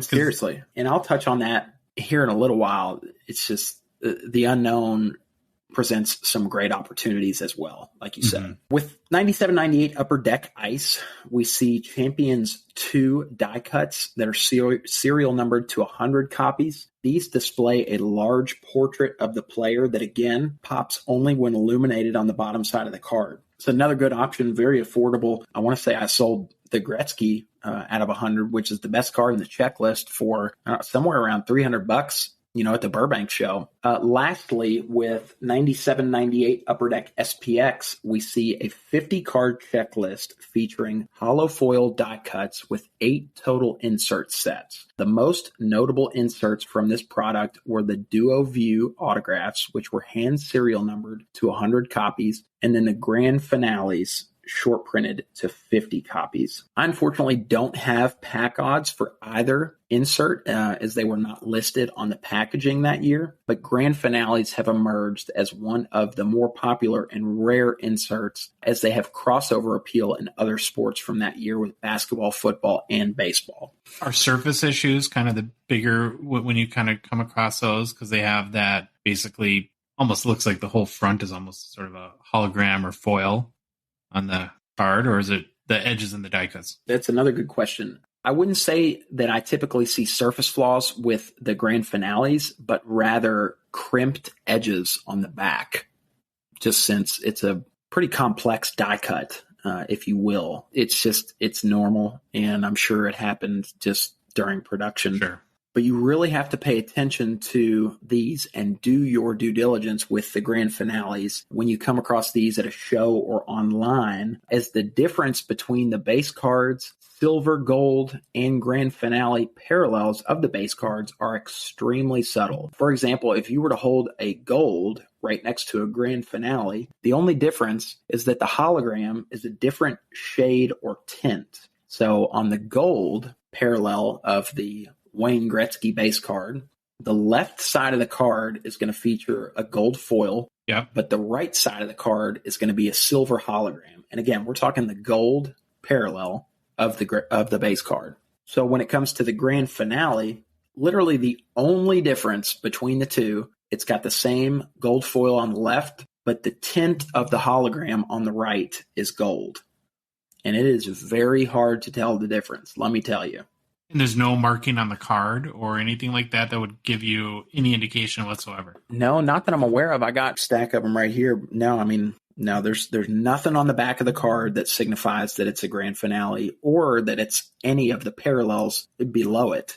So I'm sure that there's a number of, and I'm not even saying intentionally, but you could have an eBay listing that marks it as a gold and may not be the case. So I'm assuming this is one where you have to do a lot of due diligence and before you buy, especially at a premium price that the gold would, I'm sure, fetch. Yeah, again, it goes in both ways, really. You could have somebody list a Grand Finale that really it's the gold parallel and they're trying to pull a fast one on somebody, or you have someone that's not knowledgeable of them who lists a Grand Finale as a gold and lists it extremely too cheap. And I see that happen all the time. Again, if you come across these at a show, if you come across any of the 97, 98 SPX cards in general at a show, stop and really take the time to look closely. You might hit big, in my opinion. So on to 98, 99.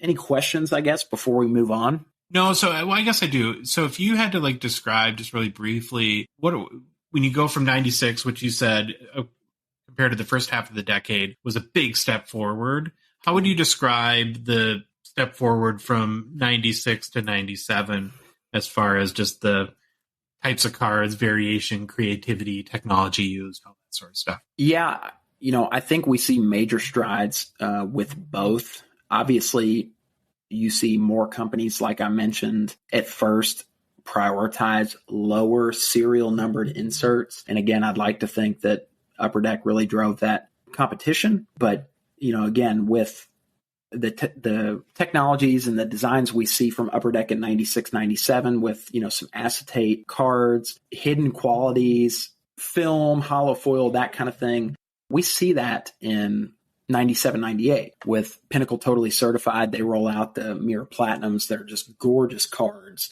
And so, again, I credit that back to Upper Deck. So on to 1998, 99. And this year we see the emergence of Be a Player, which focused primarily on memorabilia and autograph cards. This is kind of similar to Pacific in a way that I had just never really, maybe I just haven't taken enough time to really dive into these products just because I don't consider them to be very mainstream if we're talking card companies. But I do know a lot of collectors that are loyal to those sets. The chase cards in that particular release that year were the playoff game used jersey autographs, which I don't have pack odds for, but I do know each of those cards have a print run of 10 copies. Apart from Be a Player, Topps and Upper Deck really owned the scene again this year. And of the 23 releases in 98, 99, those two companies made up for 15 of them. So this is arguably the biggest year for Topps in this decade with their releases of Bowman's Best, Finest,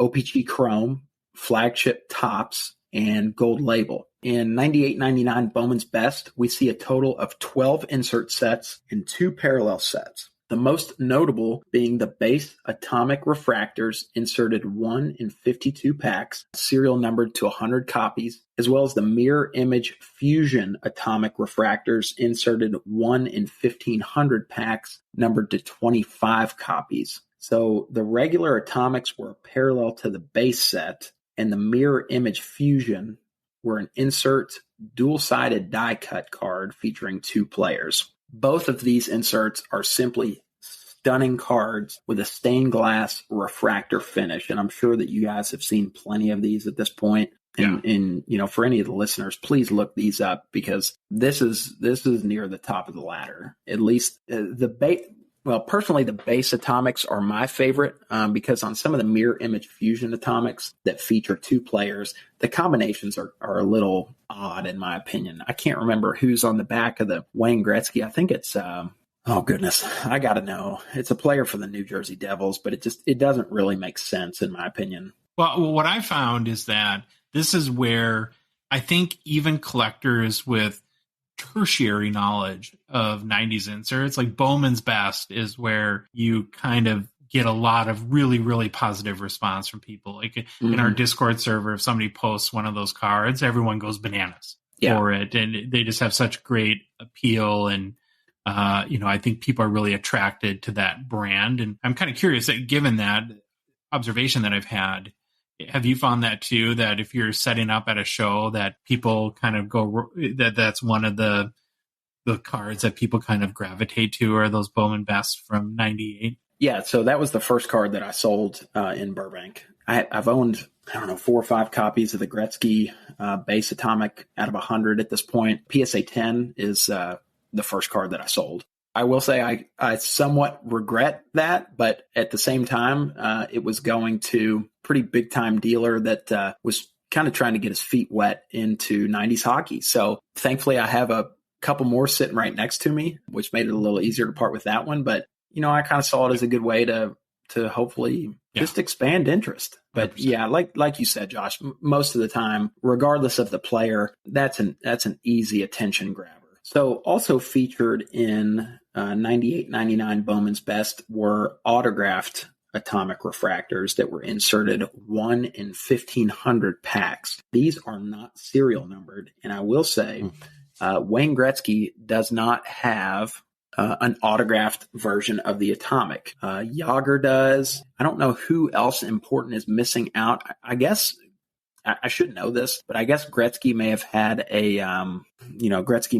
exclusive deal with another company that year that maybe kept him from signing. I'm not sure, but that would be an incredible card if it existed. I know it would certainly be one that I would chase. In 98-99 Topps Finest, there were a total of 10 insert sets and 3 parallel sets. The most notable being Centurion Refractors, inserted 1 in 477 packs, serial numbered to 75 copies.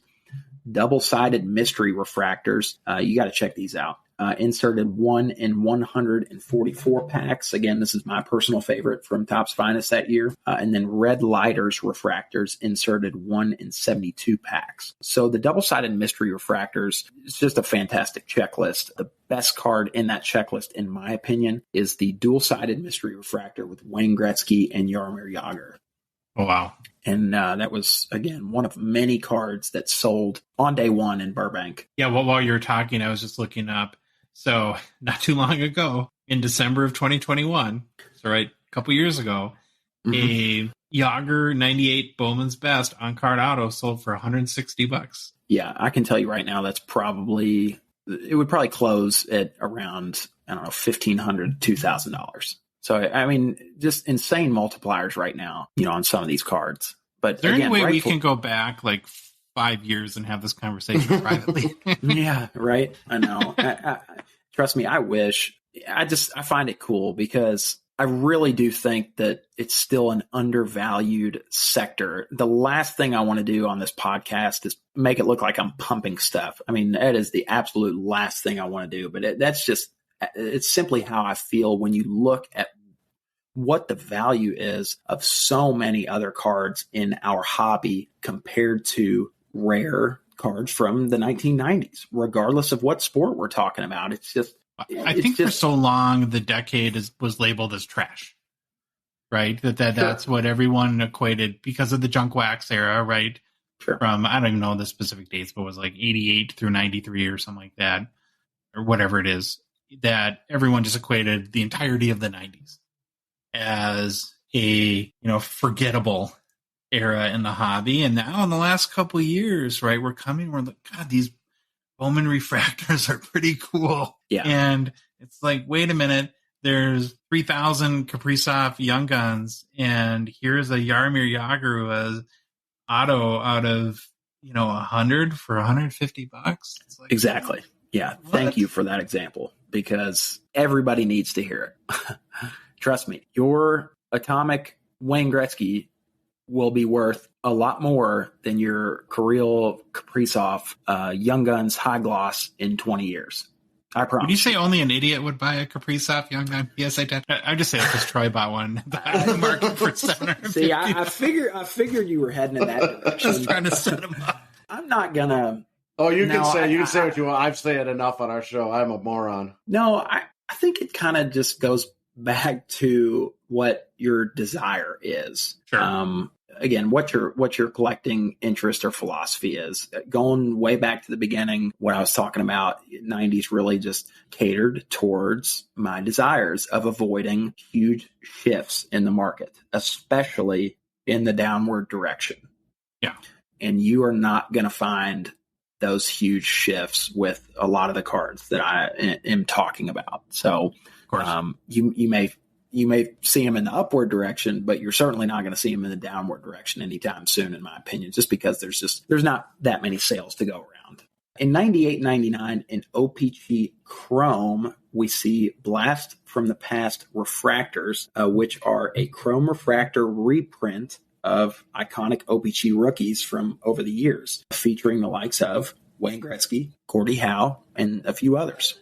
So in flagship Topps, we see a run of Mystery Finest refractors with a bronze, silver, and gold tier. This would be the first year also of Topps Gold label. The most notable cards from that release would be Class 1, 2, and 3 level parallels, serial number to 100, 50, 25, and 1. So I'll just kind of circle back real quick. I would say OPC Chrome was also great. That rookie reprint refractor Wayne Gretzky has really stuck with collectors over time. I've noticed that that's kind of become a big card over the years. Well, I would think if you're an OPC Platinum fan of like the new releases, that this is something that you would love.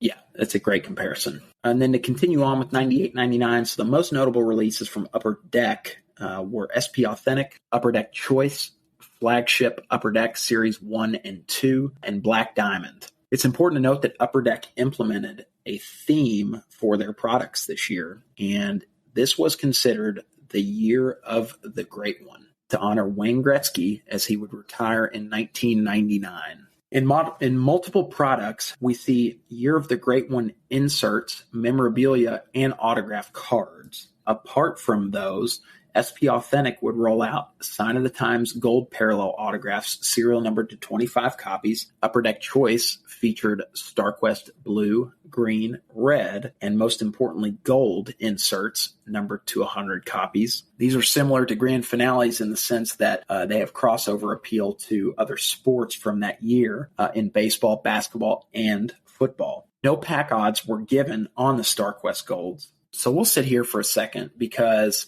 I hear mixed opinions on the StarQuest golds. I just saw something. Did you see something on Instagram today about this where somebody was saying that they're trash and then someone said, I agree with this? I was actually going to ask you about that. It's like, what makes it, not that, listen, everyone has an opinion. Opinions Sure. are like blank. Everyone has one. We all know that sort of saying. But I was really curious as to what makes these controversial in the eyes of collectors as far as, are they valuable or should they not be valuable? So here's the sense that I get, or my observation, I guess. So when I talk with longtime hockey collectors that were around when these products released initially, or this product released initially, it was a low-end product. And I don't know if that was the case for the other sports that I mentioned, but since it was such a low-end product, I simply just don't believe that collectors prioritized that insert, the StarQuest Gold. Gotcha. Now, what I hear from some of your newer, not necessarily newer collectors, but your collectors that are kind of starting to branch into hockey and get their feet wet into 90s inserts, that's the one that they're like, oh yeah, that is the insert to have when it comes to Wayne Gretzky 90s inserts, because the Michael Jordan is a huge card, if that makes sense. It's just like, it's that crossover sport appeal that I think people are caught up on, that think it's an extremely valuable card, whereas the OG hockey collectors are like, you guys are nuts. Like this was a cheapo release back in the day. But in my opinion, yeah, I think it's an important card. I'm not going to call it the best, but yeah, I mean, come on, let's be honest. It's an important card. And I absolutely love the evolution of a cheap product turning into a diamond gem 25, 30 years later. Yeah. Because that just makes the chase that more interesting and that more fun. I would like to think that most of your StarQuest golds, when it comes to a lot of sport, or when it comes to any of the sports, are probably just forgotten about in collections. I really like that point you're making, and I want to sit there just for a second, because so many of the cards today that are valued or have a lot of value come right out of the pack, or right out of $1,000 box. Very, very valuable, right? And there is sort of the kind of rags to riches sort of fantasy that's always existed in sports card collecting, where I bought this pack of cards when I was a kid for 5 cents in 1950, and now the card is worth $100,000, right? Yeah. Or something to that effect. And that is kind of lost a little bit today because the value is determined before the cards are out in many cases by how Upper Deck configures the checklist. No, that's a fantastic point. You hit the nail on the head. I agree. It's fascinating to me. It's fun when I unearth stuff like this. And going back to what I was saying about, reaching out to different international collectors just kind of on a whim. A lot of times I see old posts from 3, 4, 5 years ago in Facebook groups and forums, and I don't cold call them. I send them a cold call message per se about a card that they haven't thought about, and since they made that post, and they're like just astounded that I'm, for one, asking if they still got it 5 years later, and second of all, making a serious offer on it and really not taking no for an answer. If we're being honest. So it's fun finding that stuff. It's fun being an aggressive buyer, bringing that stuff over here if it's something that I find in another country, and again, just present it well and hopefully just catching people's interest over here in the U.S. and anywhere really. So, All right, like usual, I totally derailed you. So no, that's okay. we'll go get you back on track here. That's okay. No, I would like more, kind of small chit chat conversations like that. I think that adds to it for sure. Also in 98, 99, Black Diamond, they featured double, triple, and quadruple diamonds yet again, but also introduced a winning formula insert set with a gold and platinum parallel. So serial numbering for the winning formula platinums varies based on an individual player statistic. And these range from 52 copies to as low as 17 copies. Wow. So I can't remember how big that checklist is, but I'm almost certain maybe 20, 30 card checklist. Hopefully I'm remotely close. I've owned a bunch of them. But yeah, they are, I want to say they're all a different serial number. So I think like Teemu Selanne scored like 52 goals in the year prior. So his card is numbered out of 52 copies. But those are really cool. You got to look up the Patrick Waugh, Troy. It's out of 31. And it's got one of the more interesting goalie poses that I've seen in a... It's like, what is he doing there even? That's not the one where he's falling over, is it? Where the puck looks like... No, it's a 1998 winning formula platinum Patrick Waugh. Oh, they're yeah, wow. Oh, I don't know what that is. He's a goalie coach, so he, I don't know what move that is. I don't know what that move is either. Very aggressive looking. I got to look it up because I want to say I just posted. Yeah, I was going to say I just acquired that card not too long ago, and sure enough, it was bought like the same day I posted it. So, all right, so that concludes 98, 99. And before we move on to 1999, 2000, just want to open up the floor again to, any questions that we haven't gotten to just yet. Yeah, just one again, and I'll kind of ask the same question I asked when we went to last year. What would you describe as the leap? Was it a tiny leap? Was it a huge leap, a medium leap between 97, 98 and 98, 99? It's interesting. I'm looking at some of the bigger statistics. So 97, 98, again, we had 32 major product releases. Your big players or your companies were Donruss, Pacific, Pinnacle, and Upper Deck. So you had 4 companies in 97, 98. In 98, 99, you had 23 major product releases. So you're down 9 products. And the companies also look a little bit different. So Donruss is out of the picture, and In the Game, which is responsible for Be a Player, takes their spot. Pinnacle is out of the picture, and Topps takes their spot. And then you have Pacific and Upper Deck, which are consistent in both years. I don't know what my thoughts are on that exactly. I don't know what would have caused Donruss to exit the scene. I wish I knew kind of more behind the scenes because it may have nothing to do with hockey at all. It could just be general economics. It could have been a merger, Sure. Some sort of license issue. We just tend to see a lot of variability throughout the years with these companies, in particular in the late 90s, early 2000s. It seems like the chairs were being shuffled on the deck kind of constantly. Yeah. All right. So if you're still with us after all that, we are ready to close out this decade and really the 20th century with the 1999-2000 releases. So this year is tied for the most releases of this decade, again, with 32. So, we see that decline from 97, 98 to 98, 99. Now we see an increase again. But really the difference is the number of inserts and parallels per product is just absurd. And honestly, things start to get a little blurry for me at least. And it's hard to really call any of them like an iconic insert just because it's just there's so much being produced, it seems like. And that makes sense. Insert crazy all of a sudden in one year. Yeah, that's a good way to put it. And kind of going back to what I was saying earlier, this is Upper Deck flagship from this year is or has 47 inserts in series 1 and 2. So it's kind of crazy. Lord. But the notable releases, in my opinion, include Be a Player Millennium Signature Series. Again, just something that I'm just not as knowledgeable as I would like to be. Upper Deck SPX, flagship Topps, and then flagship Upper Deck Series 1 and 2. SPX Radiance parallels were serial numbered to 100 copies.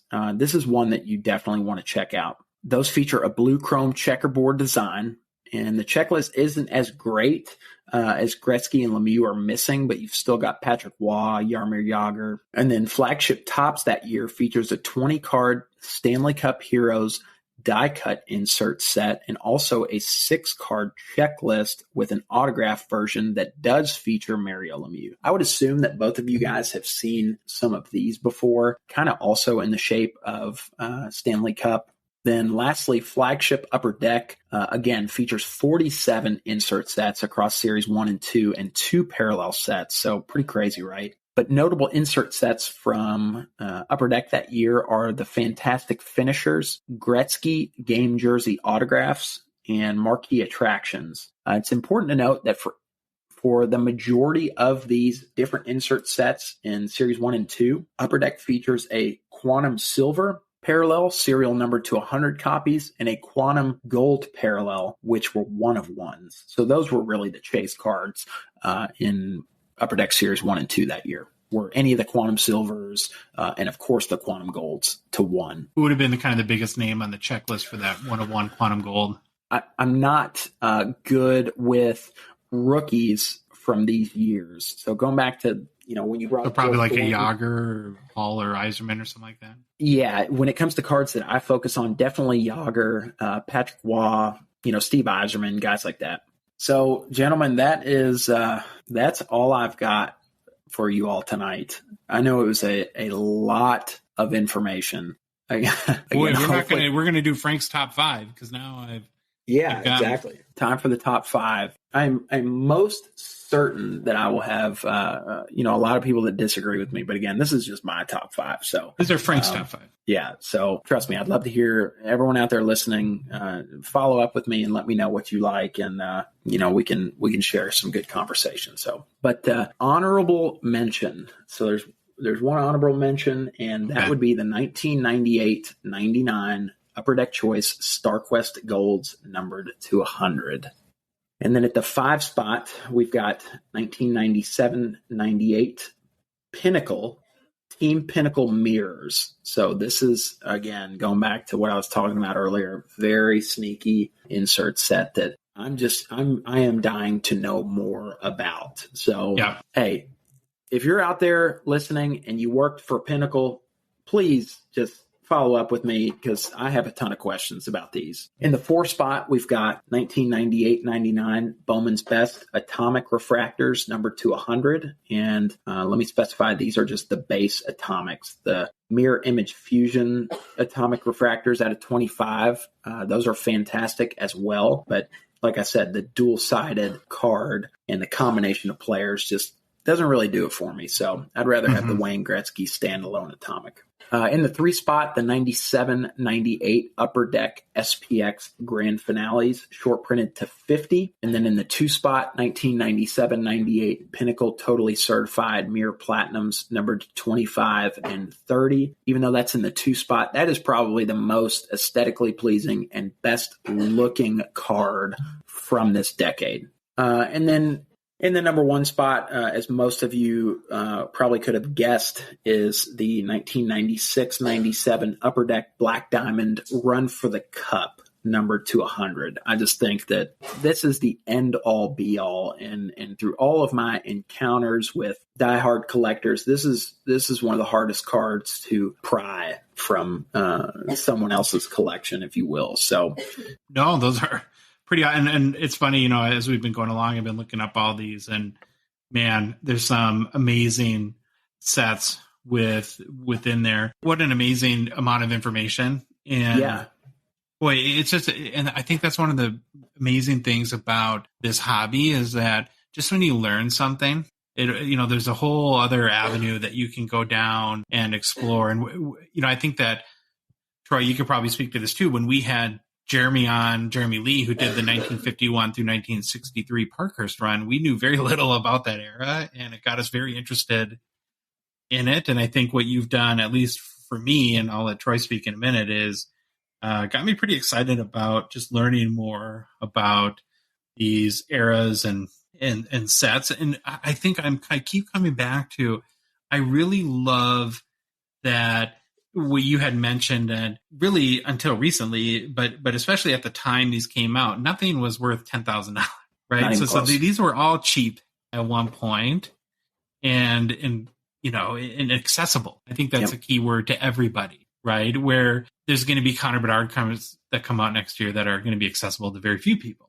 and so there's, I think, a romantic part of that, right? Where when you kind of get into these, is that knowing that it's a treasure now, but it was not at all close to that 25 years ago, 30 years right. And if you let one go, you're probably not going to see it again. Yeah, and the rarity and the scarcity that is there too. I don't know, Troy, do you have any closing thoughts for Frank or questions? No, this is just like the one with Jeremy Lee and the Parkers. Now I'm going to be a 90s insert snob, probably trying to find all these. And as you were going through them, I would look them up kind of like Josh did, but I was looking for players I collect, like Mike Bossies. I found a couple, so I'm like, bookmark, so I know when to go look for those.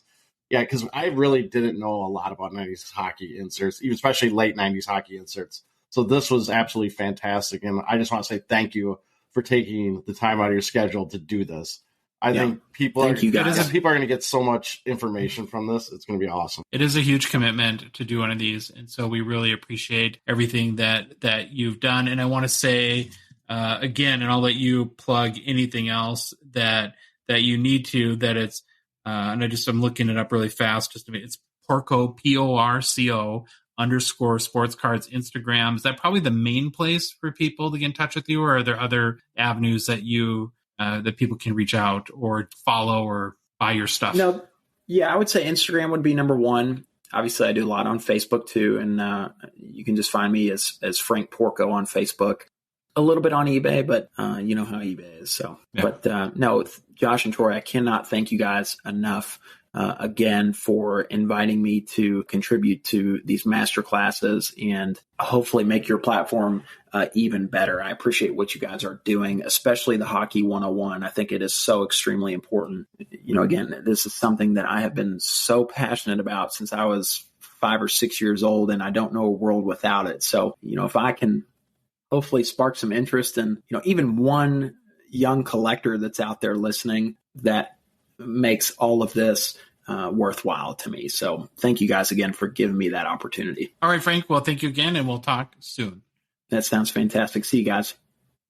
We're back again. Thank you so much to Frank. He did an amazing job. He has so much knowledge. You can tell, Troy, this guy has spent a ton of time researching, learning, hunting this stuff down. My head was spinning at times trying to keep up. All right, we want to move on to Slab Sharks real quick. Reminder that their weekly eBay auction ends tonight, like every Thursday night. There's some awesome cards in the auction this week. They've been killing it, especially with modern cards lately. Just had some super nice cards. You can Google Slab Sharks eBay or go to slabsharks.com and get a link to their eBay store where their auction is. They're always live as their auctions run Thursday to Thursday. So when one ends, another one begins.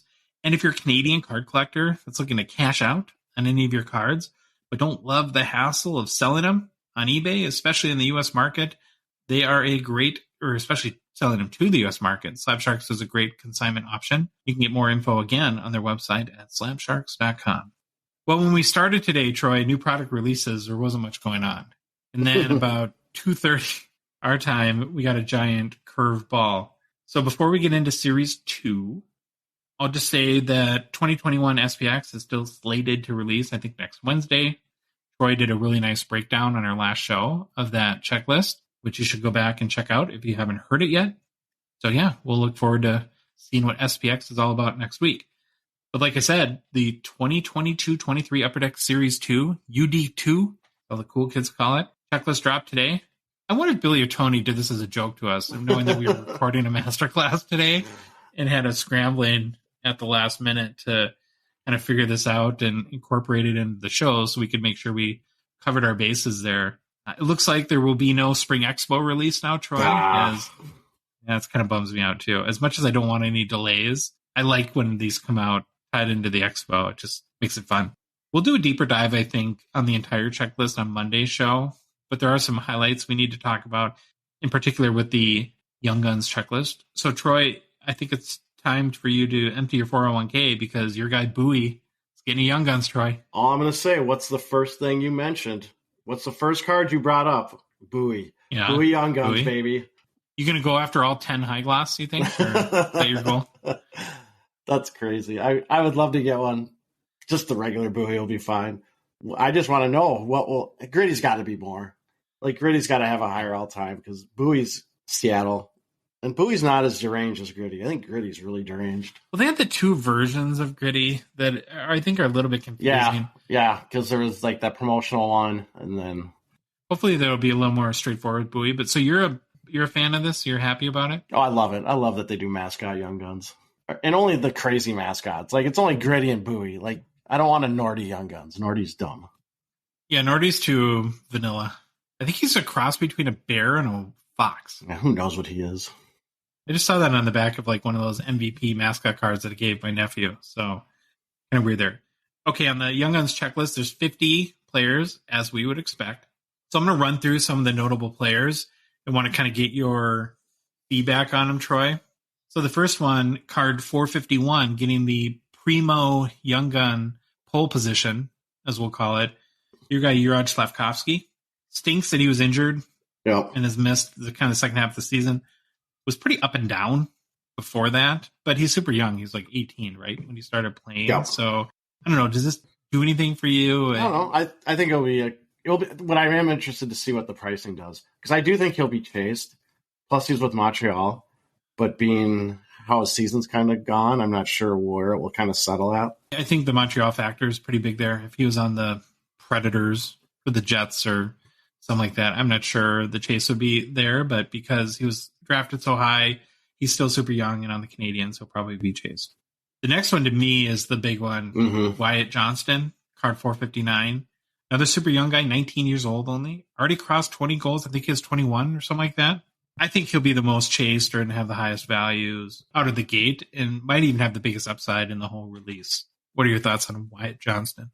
That'll be interesting. I don't follow Dallas that much, but I actually have, I don't know what I get. My OPG box, I got a nice Wyatt Johnston, I think retro black border or something. No, I don't think it was Wyatt Johnston. Never mind, I'm crazy. But yeah, I'm just looking at stats real quick. 21 goals, 15 assists, 36 points. Yeah, not too bad. Seems about right for his age. The next one's fascinating. Andrei Kuzmenko. They gave him a Young Guns. I'm just glad they gave him Young Guns. Now, wouldn't it be more appropriate if it was like young-ish Guns? I guess 27 years old. It's like, I guess young in the grand scheme of things. He is not Calder Trophy eligible, but is leading all rookies, quote unquote, rookie. He is a rookie. It's the first year in the league. In goals and points with 34 goals, 27 assists for 61 points and 69 games played. So there's an interesting juxtaposition where we just talked about, could Wyatt Johnston be the biggest chase with 36 points and 21 goals? Well, here's a guy who has almost double that production and points with 34 goals. And I'm just going to be fascinated to see how collectors value this card. I have no idea. Yeah, me neither. I can see it going either way. I'm more, I don't know, this is not what you're wanting to talk about, but I'm more wondering, why can't he win Rookie of the Year? I know it's the rules, but you think they made that rule because like 34-year-olds were coming over from Russia, or they thought these old guys would come over and win? I mean, you're having a great year and it's your first year. Why not let them win the rookie? But I'm sure there's a reason. Don't write in and tell me that I'm an idiot. Are you insulting my family right now? Connie Madigan? My cousin, Connie Madigan. There you go. The oldest rookie in the history of the NHL. There you go. No lie. St. Louis Blues. Look it up. Google it. He does have cards that are autos. You're attacking my family on this show, on our show. You also have, was it an uncle? Was it uncle or great uncle that was a warden at Alcatraz? Yeah, of course. Got a lockdown, Trey. So, yeah, I'm just fascinated to see where it goes. I don't know, too. I mean, I don't understand the distinction. Maybe somebody can chime in and explain it to us. Next guy is Jake Sanderson, card 466. He's the 20-year-old Ottawa defenseman that's gotten some publicity so far this year. I think he's played pretty well. My thing on him, though, Troy, is he's only got 4 goals in 66 games played. Yeah. So, and he's from Montana. Is any good? No, I'm just kidding. Ooh, shots fired. My whole mom's family is Montana, so. Okay. After that, Troy, another big one, Shane Wright, card 475. Most people might have thought he'd be kind of vying for the Calder Trophy this year. Hasn't gone that way. stuck back in the OHL, trying to finish on a season there. I know you're super busy today, and you probably didn't see this, but in addition, Upper Deck announced that there, I don't know if it's like a case hit or if it's in every case, but there is a case hit feature that features the Shane Wright Young Guns. It comes in a little box, Troy, and you press on it to open. It's a Shane Wright press box. I was going to make a joke about is there like an image variation where he's sitting in the press box looking angry? I still have faith. I still have faith. Yeah, I do too. I still have faith. Shane Wright. Okay, next guy, Declan Chisholm. Card 486. Why Declan Chisholm? Because I was actually born in Chisholm, Minnesota. So we're going to make this show all about me. Yes, my cousin is the oldest rookie in NHL history, and I was born in Chisholm, Minnesota. So, of course, I'm now his biggest fan. I think Declan Chisholm is a guaranteed all-star. Any idea what position he plays, Troy? I do, because I just looked him up. Defense. Oh, yeah, greatest defenseman. Cale Makar stinks. Declan Chisholm to the moon. He's played 2 games this year. No goals, no assists. 2 best games played. He didn't want to make the other people feel bad. Yeah, no, he hasn't played any games this year. That was last year. Oh, yeah, last year. See, I'm an expert. He's got an awesome last name. Speaking of awesome last names and nicknames, the next guy, Arbor Jack Eye, card 490, Wi-Fi. I want that high gloss. Now, had Series 2 come out in December, this would have probably gone for big money. It seems to have quieted down a little bit in the Jack Eye world as far as, I think there are people that will end up chasing him, and you can see some good value there. Next one, Troy, is Dylan Gunther, card 497. I think he's a good, young, promising player. I'm still head-scratching why he was one of like the 3 rookies for Platinum Preview and OPG. That's good right. Player, plays for the Yotes.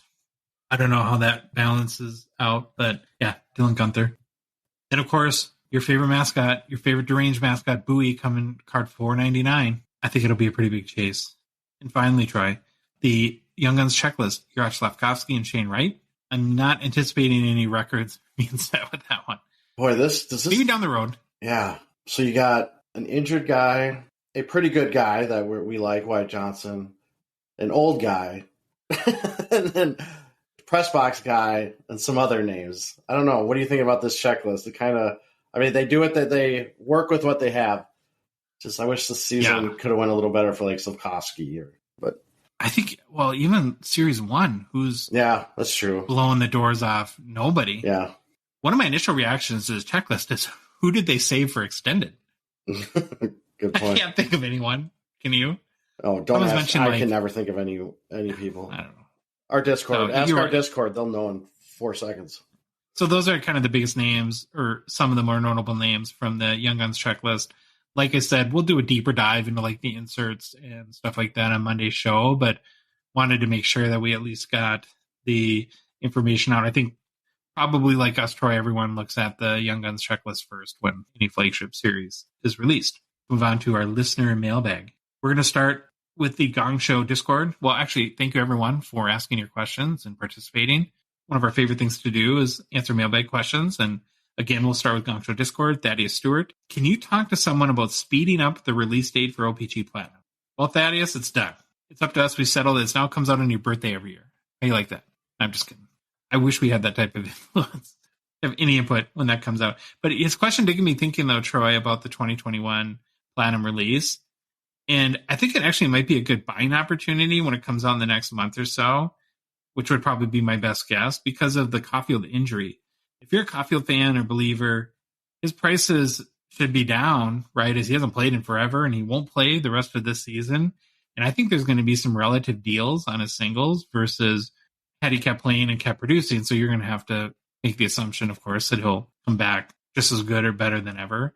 Same thing could kind of be said for Trevor Zegras, Jeremy Swayman, Raymond. They all haven't had a great year. Mm-hmm. So if you're confident any of those guys are going to bounce back, it's going to be probably more of a buying opportunity from a singles perspective than it is a selling opportunity. What are your thoughts? Yeah, I don't have any thoughts. Don't ask me.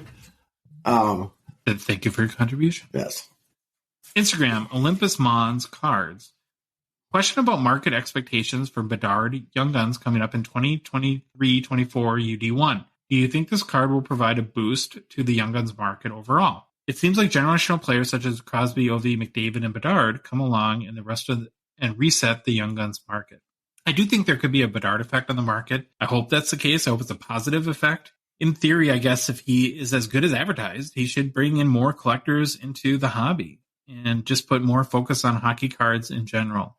A lot can happen, though, between now and then. You could have an injury. I think of like what happened with our Minnesota guy, Chet Holmgren, basketball player, and he missed the whole year. So we can't be too assumptive with Bedard, but in general, high tide raises all ships. So, but I think your players are going to have to play well. I kind of think we're done, at least for the foreseeable future, with sort of the pandemic effect where anyone with a pulse goes up in value. You got to buy goal scorers, follow the Gongshow rules, and the players got to play well. Yeah, I think I'm more interested to see how Upper Deck just handles Bedard. I think there's a prevailing thought they're just going to flood the market, which I don't think so. I haven't got that feeling when we've talked to them. And besides that, people stop going to Bedard's parents' house and yelling at him to come outside. Stop that. Is that happening? Oh, yeah. It's getting bad. Like his mom just got interviewed and said the minute they walk out of their house, there's people standing on the street wanting to get pictures or see him. And where she finally spoke up is because someone like jumped over their back fence and started yelling at the house. So she kind of went on. Yeah, people are nuts. You've seen it with athletes now. I saw the video of a WWE wrestler.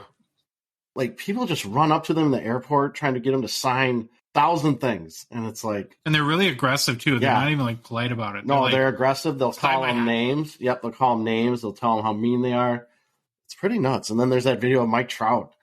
Trout's checking on a kid that was injured in the stands. And some guy comes down and tries to get him to sign something. You just saw Trout look at him and want to punch him. I mean, of course he didn't sign it, thank God. But anyways, that went off the rails. Well, you'd assume Bedard is going to have to get security if he already doesn't have it. Yeah, which sucks. And I'm sure he signed with an agent. They can pay for that. At that age, I think they don't call it an agent. You sign with a hockey advisor. Can't sign with an agent yet. I don't know if that's the same as if they do that, but that's what they usually say. We got an advisor. All right, from Instagram, Numi Cards.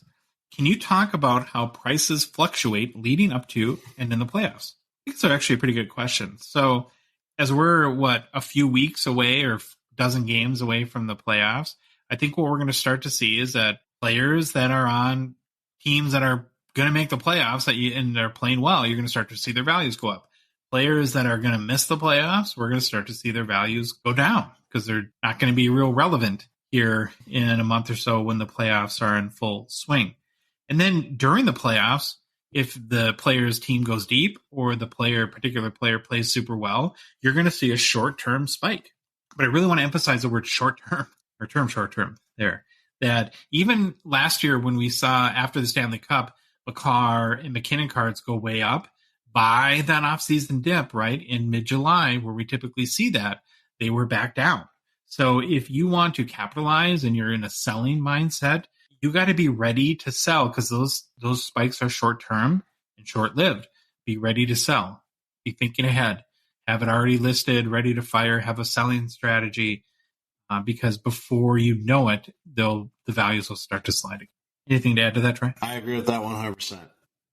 Okay, Gongshow Discord, Refracted Surprise. Do you know of any escrow, service, or vault you could ship your card to for the purpose of being a trusted middleman third party to facilitate a large transaction, like in a safe environment, even if it's a bank vault where you can show up with cash and someone shows up with a card and there's no fear of basically getting one person getting kind of screwed in the deal. You did some research, you reached out to some people, so I'll let you run with this one. Yeah, so finally I can answer one with a little bit of knowledge. I know of two different services. One is called TradeSafe, TradeSafe, and then another one is called Veriswap, which I think is Veriswap. And these are escrow services. I don't know the whole process. I'm not going to vouch for either one because I've never used them, but they're offer that service where each party, like if you're trading cards, each person would send their card to the service, or if it's money for a card, the card goes to the service, then the money, verify it's all good, and then they ship it to the recipient. So I understand the reasoning, and I think there's a place in the hobby for these services. I haven't used them, so I'm not going to verify or vouch for them, but there are at least these two, and I'm sure there's other ones out there as well. Great answer. Instagram, Sports Card Sweden. It's been a downhill slope for several years with increased print runs, fewer hits per box, and more expensive boxes. Will UD print 1 million Bedard Young Guns and go full 90s on us? You want to go ahead with this one? Yeah, I said I hope not. When we've talked to Upper Deck, I think we brought it up with them, with Billy, I can't remember which interview, or maybe it was at the expo. We were kind of talking about it, but he's mentioned, Upper Deck has to be smart about the whole Bedard launch. They do not want to go back into the junk wax era. They don't want to flood the market. However, and this is me interjecting, Upper Deck's a company to make money, and they want to increase revenue. So I'm guessing they're going to do as much as they can to get enough product out there and to increase profits. But I don't think they are going to be crazy and introduce the junk wax era part 2.0. I agree with that. They're, I think, very mindful of going back to that. I'm sure they've done some sort of demand planning to try to find the sweet spot between supply and demand. Yet another question. Will UD catch up the release schedule in this millennia? It seems like delays are not only here, but still increasing. Who asked this one? We don't have a name. It's Sports Card Sweden. He had two questions. He had two questions. I love that. Millennia. So, millennia. I actually think the way they're pumping them out right now, that they're kind of making a little bit of progress, right? We've had Artifacts, OPG, Allure, the Cup, SB Signature Edition. The checklist is out. We have 2 checklists out right now, SPX and Series 2. I think by this time next year, they'll be caught up. What I'm more interested almost, though, in is getting an optimized schedule back, right? That makes sense with the NHL season. Mm-hmm. And I think that will be a really good thing for the hobby. Anything to add to that? No, I like that. We should sit down and write our own optimized schedule and then we should present it, because I think that would be a fun exercise. Yeah. Maybe Upper Deck will listen to us. I doubt it. I doubt it. From Instagram Bruins Cards. You guys should talk about the terrible decision Upper Deck made with Metallics. It's Metal X cards. Proper ways to say is Metallics. I was very intrigued when Billy Celio came on your show and talked about how rare they were and short printed, but now there's an e-pack achievement version out of 499. They just dumped 499 copies of every player into the market, totally watered down, and killed that insert. I wasn't aware of this Bruins cards until you messaged us, so thank you for doing that. And I kind of have to admit, I am a little puzzled by this.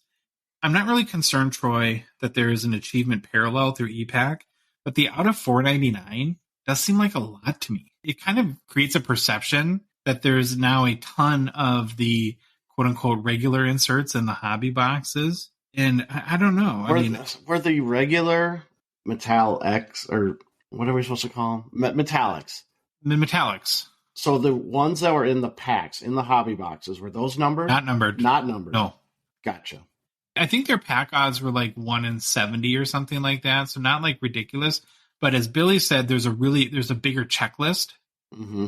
You'd have to go check out the odds. It's probably not 1 in 70, but they weren't like insane odds. But the bigger checklist made it so that if you were chasing a Connor McDavid or Jason Robertson, that it's maybe there's 70 players on the checklist or something like that. Yeah. But they're definitely not one a box. I think it is like kind of like a case hit type thing. So to have your case hit, right? And I think that's where like people are kind of upset by this, is have your case hit and then have out of 499. Do they look the same? Like, I'm so confused. I still am confused by this. Do they look the same? Do you know? I think they do. Huh. Yeah, it's a great question. Yeah. I don't have a good answer. I looked them up briefly on eBay, so I guess I can't confirm exactly that they look the same. There might be some sort of differentiation, but yeah, I guess I don't like if these would have been out of 25, mm-hmm. then I think there's no problem. But what do I know? Okay, Gongshow Discord Windfling. Not sure if this is the right question for Mailbag or if you needed some answers from Upper Deck employees for that, but here it is. In the 2000s, Upper Deck was very specific on game-worn stuff. For example, that's a patch from a jersey from Sidney Crosby worn in an official NHL game. Totally clear and easy to understand. In the last 10 years or so, they have switched to the memorabilia has been certified to us as having been used in an official NHL game. The player's name from that card is not mentioned anymore. Does that mean the player on the card did not wear the jersey at all? Could it be it was worn by someone else and not related to the card? So I actually reached out to Upper Deck on this one. even maybe if some of the legalese has changed, the memorabilia is from the player on the card. So great question. Yep. Glad we could help clarify that. Okay, Gong Show Discord, Spencer.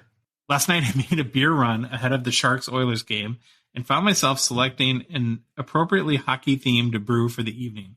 It got me thinking, what are your go-to refreshments that you enjoy while taking in a hockey game, either at home, on TV, or in person?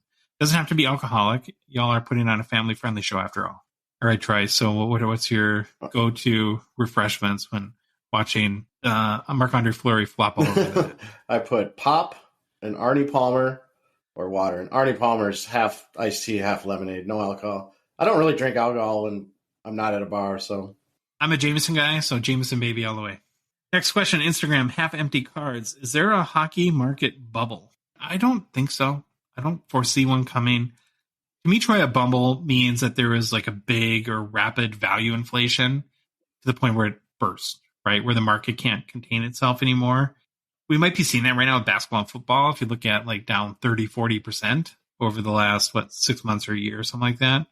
But hockey never had that huge run up that other sports did. It's just been it's been more of like the steady Eddie kind of, it doesn't mean it hasn't gone down a little bit. Like we looked at last week or last show where last 6 months or 3 months is down 4% or something like that, according to Card Ladder at least. But I just don't see a bubble. Do you see a bubble? No, I don't see a bubble. I still am weary of box prices and case prices. I still watch those. I always like it. It really is driven, it seems, I don't know, by breaking, but that's just me trying to read the tea leaves. But I still watch box prices. I'm worried. I just don't want them to get much higher, especially with the cup coming out at $1,200 whatever dollars, which was $500 more than it's ever been, if I remember right, from Mitch's masterclass. So that's the thing that worries me. I just don't want it to become so inaccessible to people. Can I make a prediction? Yes. I think the cup's cheaper next year. I think so too. Next question from Instagram, Top Shelf Cookie Sniper 88. To go along with your Leon Draisaitl rant, I love Leon Draisaitl rants. Mm-hmm. Who are your top 3 second tier / no love players?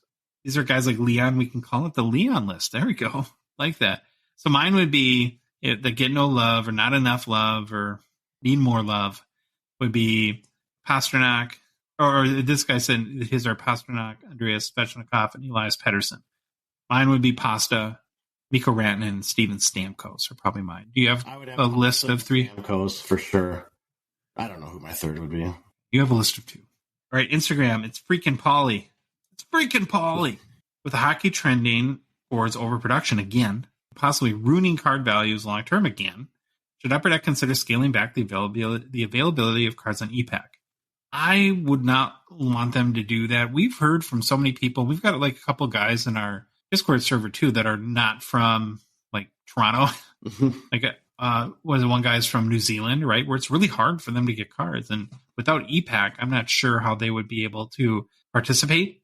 It'd be probably pretty difficult in new product releases. So for that reason, I think there's a real big value to ePack.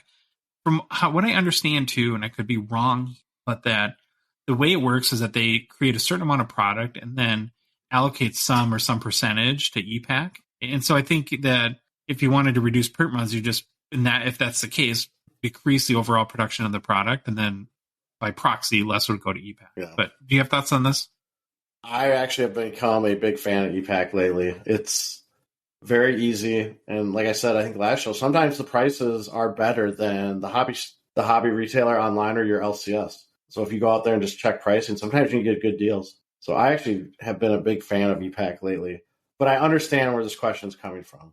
Like we're so traumatized by junk wax and getting back to that. And once we see more and more cards be produced, we always are just gun shy that something's going to happen. So I hope they're smart about it. It's everything we've talked about with Upper Deck. They seem to be cognizant of not wanting to get back to that spot. All right, next question from Instagram, Ronin Card 614. Can you guys talk about Ultimate Collection and Before the Cup? That was the premier product. The 2005 Vertical Signature is the most slept-on rookie of Ovi and Sid, in his opinion. I'm a big fan of Ultimate Collection. I think just like with Exquisite, it has a deep heritage in sports cards in general, not just hockey. when you take a step down from the cup, it does, I think, get a little confusing, Troy. At least it was for me as we first started to really get into hockey, trying to figure out, okay, you have Premier, you have this Black Diamond, you have Ultimate Collection. How do these all kind of fit in with each other? Did you have a similar experience, like trying to sort out kind of the hierarchy of those? Yeah, a little bit. And actually, I was so confused at the beginning, I just stayed away from them because I didn't really understand where they were falling in line. And they were the more spendy stuff, so I was just like, that's fine for now. I'll learn more about it later. If value upside is important to you, I think that clearly gives Ultimate Collection a leg. They've had a couple sales now. I think like the Gretzky Shield autos that have gone for more than 100,000. One was like 145,000 US. There's not too many modern hockey sets that have had sales in these range. So I can think of like the Cup that's had some cards, Skybox Metal with PMGs come to mind, and then Ultimate Collection. That's really sort of it, I think. So I would give them a nod as far as the next set down from the Cup. Last question. Gongshow Discord, Beard Boss. Is that how you say it, Troy? Beard Boss? Yeah, Beard Boss. You guys consistently say how goal scoring is the primary driver of the value for players, which is undeniably true. With that in mind, do you think goalies are really more of a PC thing, more than an investment? Or are there some more recent current goalies that you think might be worth investing in for the long term? Thinking of guys like Vasilevsky, Hellebuck, Shesterkin, or younger goalies with upside like Sorokin, Swayman, and Ottinger. Yeah, I know you also have to say, so I'll just go first and let you kind of close it out, Troy. I think you can make the argument that goalies are more PC. But to me, I think there is an investment opportunities. It's just not on the same level that you have with the goal scoring forwards, right? So if you adjust your tier, so like your buying targets and then ultimately what you think your upside could be on a card, I think you can certainly make money on goalies. It's just not going to, they'll never have the ceiling that a Connor McDavid. Yeah, from an investment standpoint, I believe you can do well on goalies if you're smart about it. Where I think it becomes a dangerous game is if you try to flip, because goalies are too streaky and their values in the short term can go up and down real quick based on giving up 7 goals in a game. So that's where I kind of stay away. I would say goalies don't flip, but there's definitely, like Josh said, you're not going to make tons of money on them. The upside is probably less than a player, but there still are those pockets where you can find good value. Well, that's our show for today. Thank you again to Frank Porco for joining for Masterclass number 4. If you like the episode, please leave a rating review on Apple, Spotify, whatever podcast app you listen to us on. I think we're 2 away from 100 on Spotify. If you love the show, want to support us, and want to chat with us on the Hockey Cards Gongshow Discord server, please consider a $5 a month donation. Join our out of 99 support level tier on Patreon. The link is in the show description to do that, or you can go to our website, hockeycardsgongshow.com. You can search the Patreon website at patreon.com for Hockey Cards Gongshow, or visit our link tree, which is in our Instagram and TikTok profiles. If you're not following the Hockey Cards Gongshow on social media, we're on Instagram, Facebook, TikTok, Twitter, and YouTube. And Troy, the Hockey Cards Gongshow podcast is a production of Dollar Box Ventures LLC. Have an awesome end of your week and a great weekend.